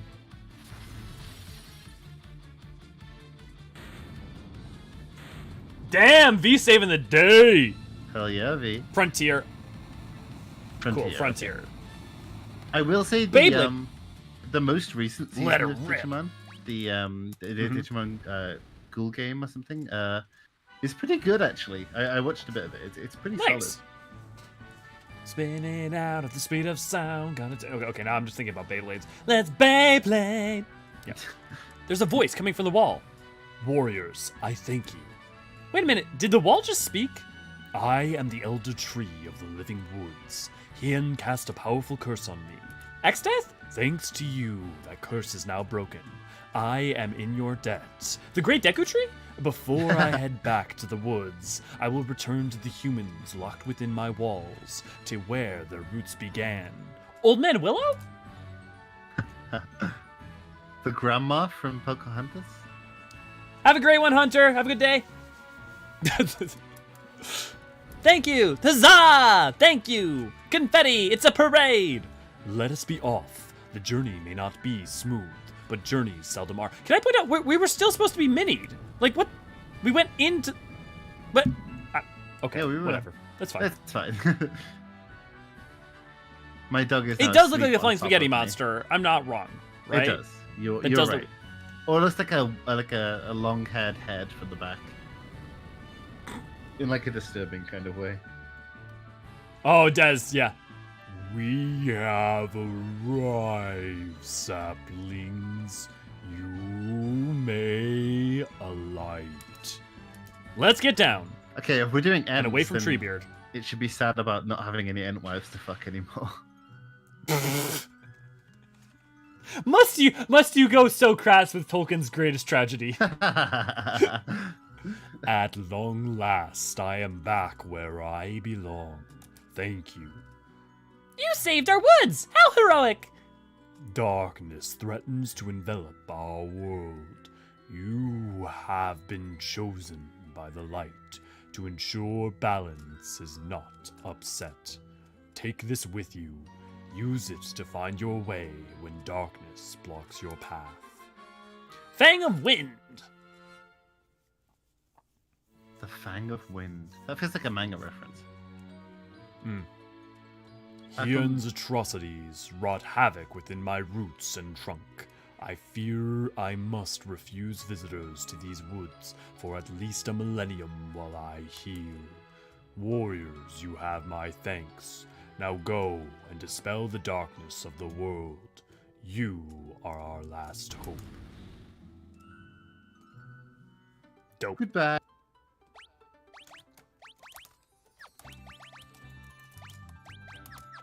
I'm out of mini casts. Magic. Or items. I don't have any mallets. What is the world coming to? Where are we gonna go? Where can we rest? We can go to the village. Yeah, okay. Knocker. Oh, they inspired by Tommy Knockers, I guess. I mean, maybe? Maybe because they knock on doors? Yeah, I don't know. How come Fate of the Fade don't have a talking tree? I mean, because I don't know that it's supposed to necessarily just be straight one-to-one there. Yeah, no. Definitely. Because those are also fairies, not pixies. Or sylphs, you know? So, do you know what like a Tommy Knocker is? It's some British folklore for you. I mean, I've heard the term. So, miners in, I'm pretty sure it's Britain, used to like hallucinate hearing knocking noises when they were down in the mines, and they used to believe it was like a type of goblin called the Tommy Knockers, like knocking on the walls, trying to like either warn them of collapses or collapse the walls on them. Like, that's so creepy. Oh. Well, if you think about where goblins are sourced from too, I bet that actually makes a lot of sense. Yeah, right. Wait, is that why we had these crystals grinded into fangs to breach the 8 sentinels in 14? Yeah, probably for AC. That's not a good. Yeah, that's probably a good point, actually. Yeah, you are probably right. Man, AC, you're on a roll and calling shit out. You are. Keep going. No, just once I wanted an all-powerful supernatural being to save the world instead of lazing around and making us mortals do it. I mean, it's not like it's a god. It's just a giant tree. You know, it's not like it can do everything. It also seems pretty susceptible to evil magic. Like, it seems like all you really have to do is cast a spell on it. It turns to your side. So probably not the best idea to send it against like a evil sorcerer. Yeah, we send it after Xande. Xande's just like yoink. Yeah, right. And then he gets like a giant airship that looks like spaghetti. I will say the one thing so far is like I feel like okay, the story's moving along and stuff, but we don't have a sense for like wait that tower we dealt with the tower with Jdesh, and then we move on to the fire crystal. But it's like I feel like that tower kind of has implications that should kind of be addressed. And I think you know what part of it is that our characters just react to each situation. It's situation, but we don't have like moments where our characters discuss how they feel about certain things or like what's going on. And that time to process or consider or to like characterize, I think is a big part of it. Yeah, I also feel like, I think they don't need to address it right away, but they could at least address it, if you know what I mean. Like, they don't have to address it in the terms of doing something about it, but they should be doing, they should be discussing it or making some remark on it or a bit of what it will foreshadow, maybe. Mm-hmm. I like the fact that V's got like a little Mozart wig. I'm really vibing with it, actually. It's a real vibe. Oh, we did have a mallet that whole time. I'm a fool. I like that you cure it with mallets. You just beat yourself until you grow. Well, that has to come from. There has to be like a reason for that somewhere. It's like, mallet shrinks you into the ground, so mallet brings you back up. Or no, is there like a myth with like you into the ground? Yeah, I don't know. I'm trying to come up with. It's there the answer they gave. I don't know. It shrinks you to the ground if you're Bugs Bunny. I don't think we'd get a Tower of Owen in Mericidia. I mean, maybe we could, but I would look to the fact that Owen shows up in 5.4 and hit like the reference towards him in that, and we also get a reference towards him in Endwalker. I think that's supposed to be the Owen reference. Still no books, huh? Okay, so it's named for the Ishinboshi story. Oh, yep, that's it. Yeah, that makes sense actually. Okay, that makes sense. Yeah, no, I don't think we'll find. Oh, we might, but we've already seen Owen. That's his callback. I mean, the house he lived in was kind of like a tiny tower. So, I guess that was his tower of Owen. But he's not like a major figure. Outside, well, he's a very intelligent guy, but. Neri, can you do me a favor? Can you look up what where the nearest books are, like where the first books begin? Yes, let me do that. Bling, good to see you. Glad to have you. Where can we get the book? Let's just take a look for.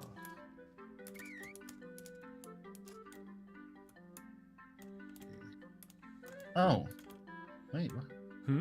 Okay, so there's you should be able to find them in the Dwarven Hollows and Castle Argus. As like in terms of like items. Yeah, in terms of items, you can also buy them at the Invincible. The what? The airship. Oh, the one that you get after Awakening Une.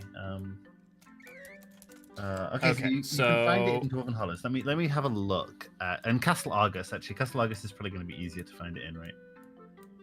Smaller. Yeah, unless you need a key to get into them, because I know some of them are like supposed to be locked off or something. Yeah, you do.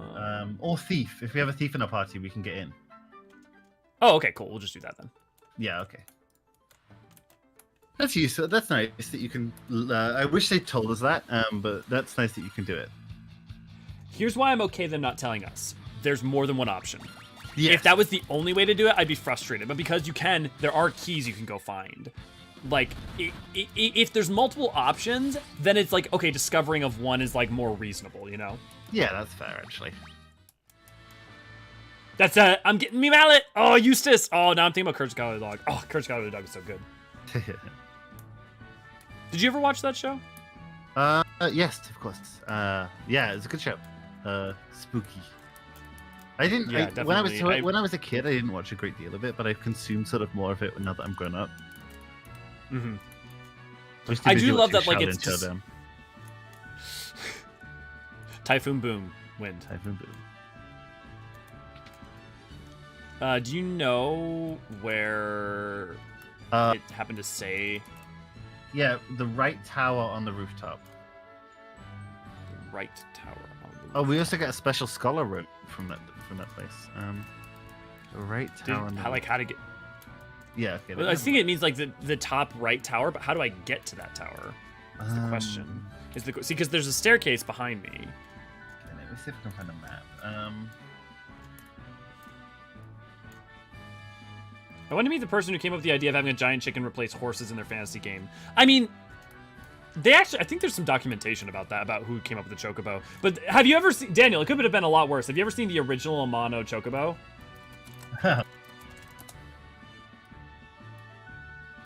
No. The original chocobo was nightmare fuel.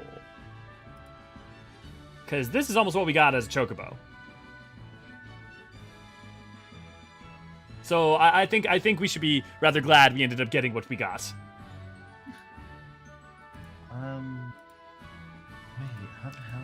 Because in a phrase, burn it with fire. Return the slab, How do we or get up suffer there? my curse. Oh wait! I bet you. There's got to be a way to open this. There's got to be a passage to the right here, because you can see. There's a staircase that leads up to the area. Check it. that You can get to Found it. Oh, okay, nice work. See, this torch was different. See, okay, here's a good example of what's good. This torch is different, so I can visually guess based on that. Also, if you look at the mini-map, you can see that there's another room to the far right. So, like, hints upon hints, you know? Yeah, okay, you're right. So I guess Just some money. through this stair here. Oh, hello. Money. Money. Money. Money. What is it? Okay, Mr. Krabs. Speech therapy. What? What? It's an American Dad reference. Oh. Oh, how dare you make me take up crime? You're small. There you go. Back to your healing ways. Nice, okay. I feel We all know white mages have chaotic energy. Oh, true. Oh my god, they just put all the fucking scholar shit in here. Right. I guess Scholar Robe. Let me check what Scholar Robe does. Oh my god, what double fisting books. I love Oh it. hell yeah! Let's do it. Wait, I gotta give you the Book of Fire and the books of Fire and Ice. Oh okay, yeah. Fucking Robert Frost poem here. Some say the world will end in fire, some from say in ice. From what I've tasted of desire, I hold with those who favor fire. But if I had to perish twice, I think I know enough of hate that to say it for destruction. Books are also great, and shall suffice. Oh, so they also boost your intellect and mind stats. The books, yeah, okay, makes sense. And then the Scholar Robe also boosts your intellect and mind and gives you evade. Okay. Okay. I also do love that you go from this like effeminate robe to like the thief with like the mustache and everything. Right? Yeah. I like the I still like the FF3 remake. The 3D. As much as I don't like the aesthetics necessarily of the what's it, I like the artistic direction behind the individual costumes for the characters. Mm-hmm. You want to get them? Mm-hmm. Hello. I'm researching elixirs. You've heard of elixirs, right? The legendary healing draft. Well, you came just at the right time. I finished brewing 2 of them. Here, take them with you. Okay, that was That's generous. cool. I like that they did that instead of just giving you a chest with elixirs. Yeah, That's cool. true. That's just a little bit of flavor. It gives you like a sense of lived world, I guess. Yeah. Makes it lively, just a little bit of flavor. Mm-hmm. I love Mr. Yeah, I mean, John Clancy is like in fucking everything. He was the what's his face in Highlander. He's voiced so many things. He's voiced a bunch of things in anime and cartoons, and he does all sorts of stuff. And both in live action and in. I want the original Chocobo design in 14. I want to be able to get that. It's like a mount thing. Yeah. Clancy Brown. Sorry, yeah, not John Clancy. Clancy Brown. My bad. Thank you, AC. Let's see. Why did I just open up my Chrome and there's... Okay, I want you all to... I opened up my Chrome. I turn over and for some reason it's on Walgreens.com. KY brands hers and mine lubricant jelly. Okay. And I have never... I have searched plenty of things I'm willing to cop to.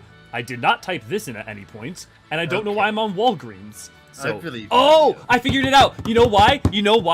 Because because the ad for the Final Fantasy III walkthrough I have, the ad on the side panel is an Excite the Night with KY. Shop now at Walgreens.com. Okay, that's pretty good. That's wow. Proceed through the dungeon. Excite the Night. Chests. Wow. Magic belt through chest tower bonus dungeon. Once you head to guys over the east by a handful of magic keys. Back to the Dwarven Hollow. Back to the Dwarven Hollow, and NPC will warn you about enemies when you burn to a cool. We already did that. Hien Castle. Argus Castle. You want the Black Mage God for taking on Hien. Already did that. Go back to Argus Castle. Talk to the king to get the Wheel of Time. Okay. Well, most like supermarkets have like KY and stuff, Scarlet. I think Walgreens is a supermarket, right? Walgreens, I wouldn't call more of a pharmacy general store. Okay, well, that makes even more sense. So. You know, but yeah, very, very much. Willow, good to see you. Glad to have you. Sus, I don't want to hear that from you of all people. You don't get to be sus about me about KY jelly. Very believable. Why would I bother telling you guys if I was going to lie?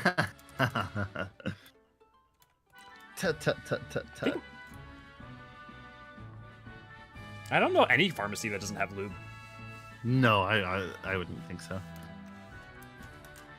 Like lube and condoms are like a major thing that pharmacies sell. Yeah. You have restored peace to my kingdom.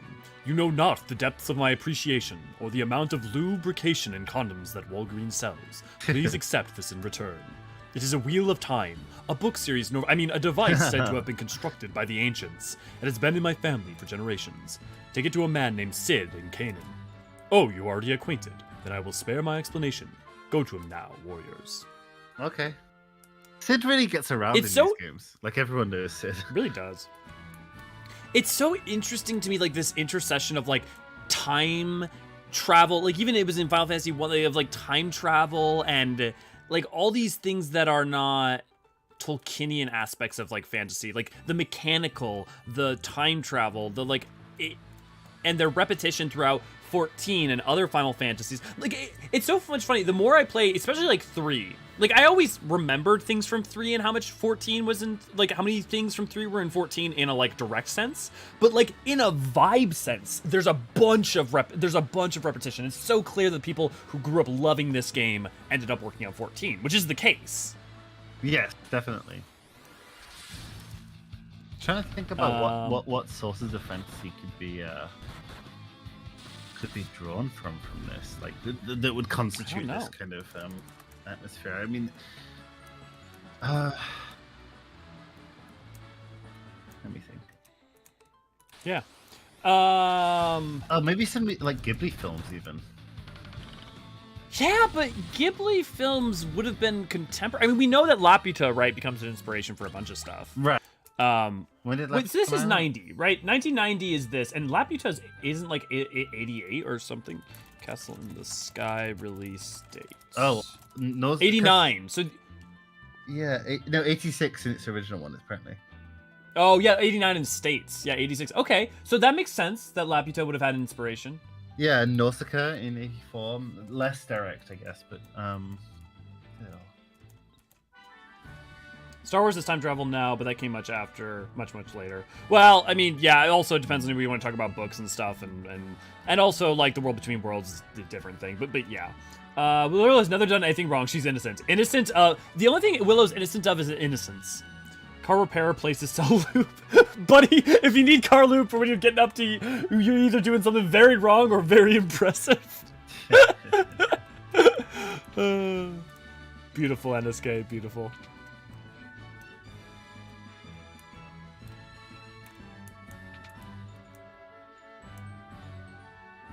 Christian Bale using his Batman voice in Hellsman. Does he? I mean, I guess he does when he's like in monster form. Where is she? Should I do a character like this? Rachel! Did you hear the story about Miyazaki sending someone a samurai sword at Disney after they tried to overly localize the Ghibli films? No.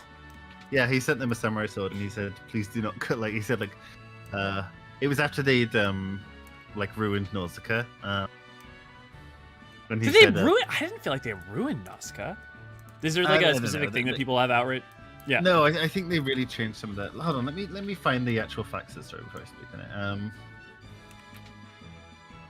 I do love the dub in terms, at least, the voice acting for Nausicaa. Oh yeah, he sent it to Harvey Weinstein. Miyazaki did. Good taste. Yeah, right. So what did he do? Okay, because Harvey Weinstein was trying to cut and alter Howl's Moving Castle quite a lot. Okay. Because he didn't like how edited. Oh yeah, I'm talking not Nausicaa as in the version that we've seen. I'm talking like Warriors of the Wind, like the the heavily edited version.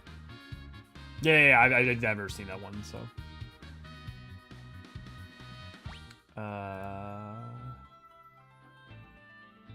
I crazy? Isn't that worse? Oh no, because he's in Canaan. I for some reason thought right because we brought him back to his wife. Right, we did meet him. My wife. I haven't the face idea what you're talking about.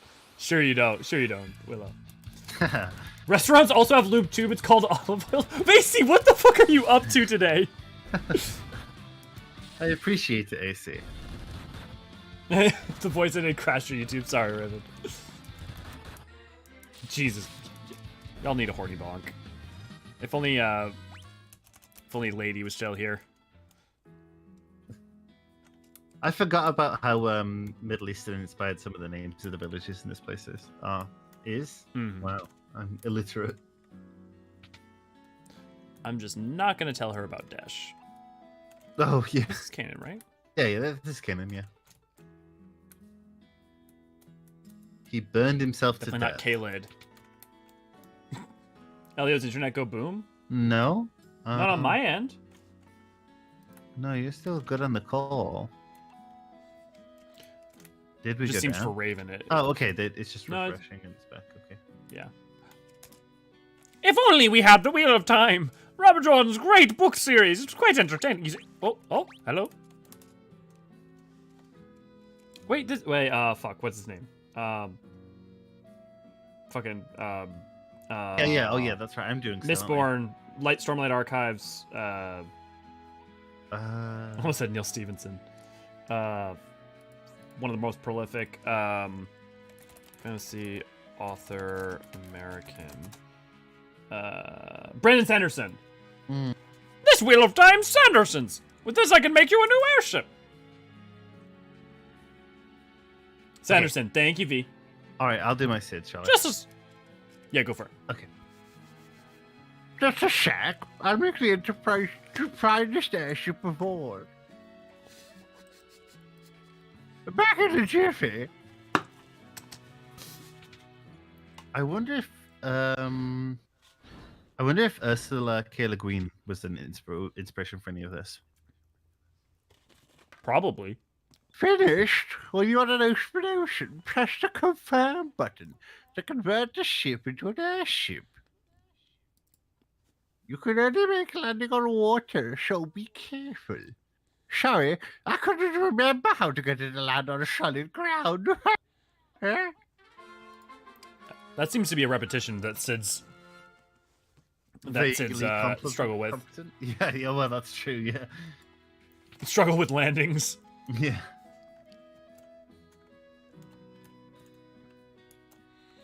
Okay. Someone was Let me talking about look. Jungian archetypes in these games earlier, and that would fit if Ursula Le Guin was an inspiration for it. How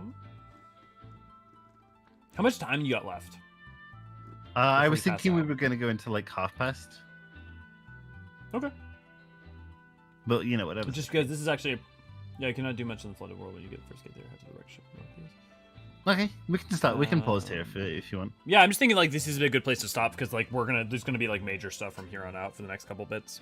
Okay, that makes so sense. why don't we start wrapping? Why don't we start wrapping up? All I can't right. believe they're calling him Sidolphus again for 16. I mean, it makes sense. Like a lot of people working on on 16 were fans of tactics and you know, I mean, there's been a lot of different versions of him. And 15 had Sydney, right? Yeah. We've had Sydney. We've had various names. I mean, there are worse names in 15. Sorry, 16. For example, what's the main character's name again? Clive. Clive. I like that. I think that's a good name. It's fine. I think it's like. I don't know. I kind of like. But think about it, like for what they're going for, with it just kind of be like dudes. You know, like they're trying to be a little bit more of just like a little bit of traditional fantasy energy, right? Okay. You accept my points. You do not. I embrace accept it, your however. point. It's also worth noting. So, Sidolphus from Tactics is very much thunder themed. He's all about like lightning and stuff. And Sidolphus in 16 is going to be. It's Ramu. Yeah, he's removed. So it makes sense. Right. Yeah. That's a really good point. I hadn't even thought about that. Dude, that footage that they put out for 16. I was excited, but now I'm kind of hyped. I'm like, oh, that looks pretty good. Yeah, right. That gameplay too is up my freaking alley. Yeah, I'm pretty excited for it.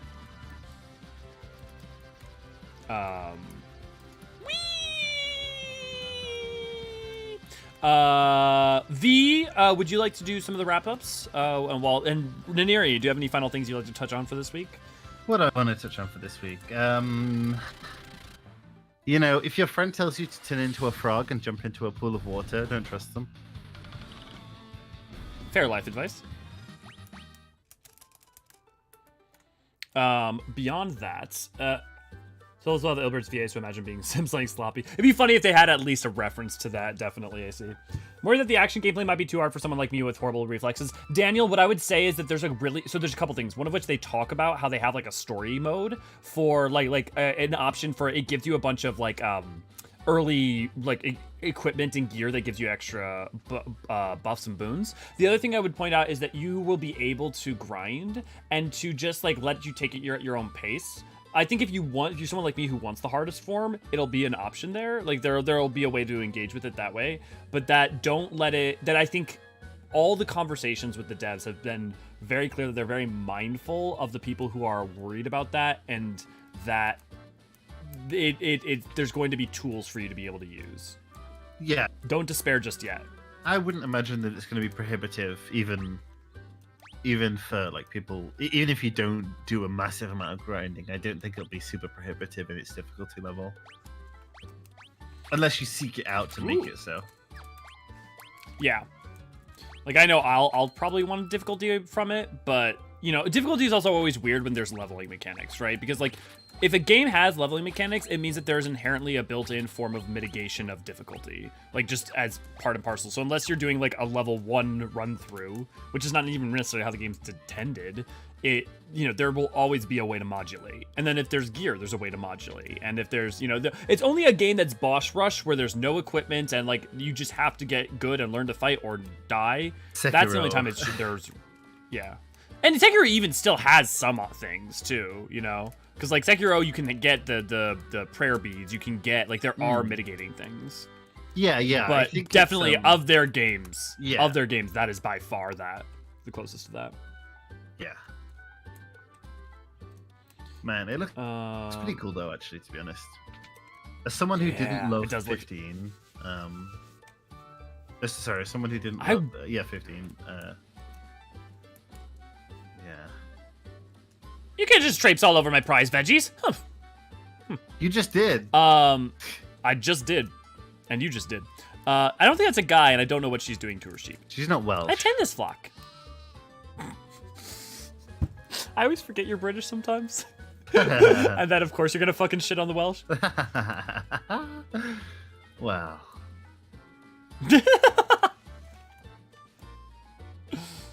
There will be accessibility options. I suspect they'll include things like reaction time buffers, button mash options. Yeah, definitely.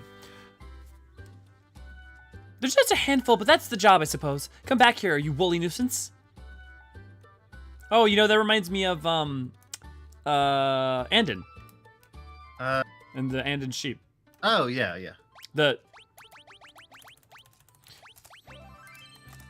Yes, okay. Little Bird told me we can be found at Twitter, twitter.com, Eorzean Archives. That is where Ray posts all her funny little things she finds out over in the world. Don't forget to check out Ray's Ada video that she also put out over on Eorzean Plus. And do you like the words in the written format? Well, you can go read Niniri's wonderful lore bits that he puts over on our main website. You can also come join the Discord if you want to join us for activities and talk about 14 and all sorts of other good stuff.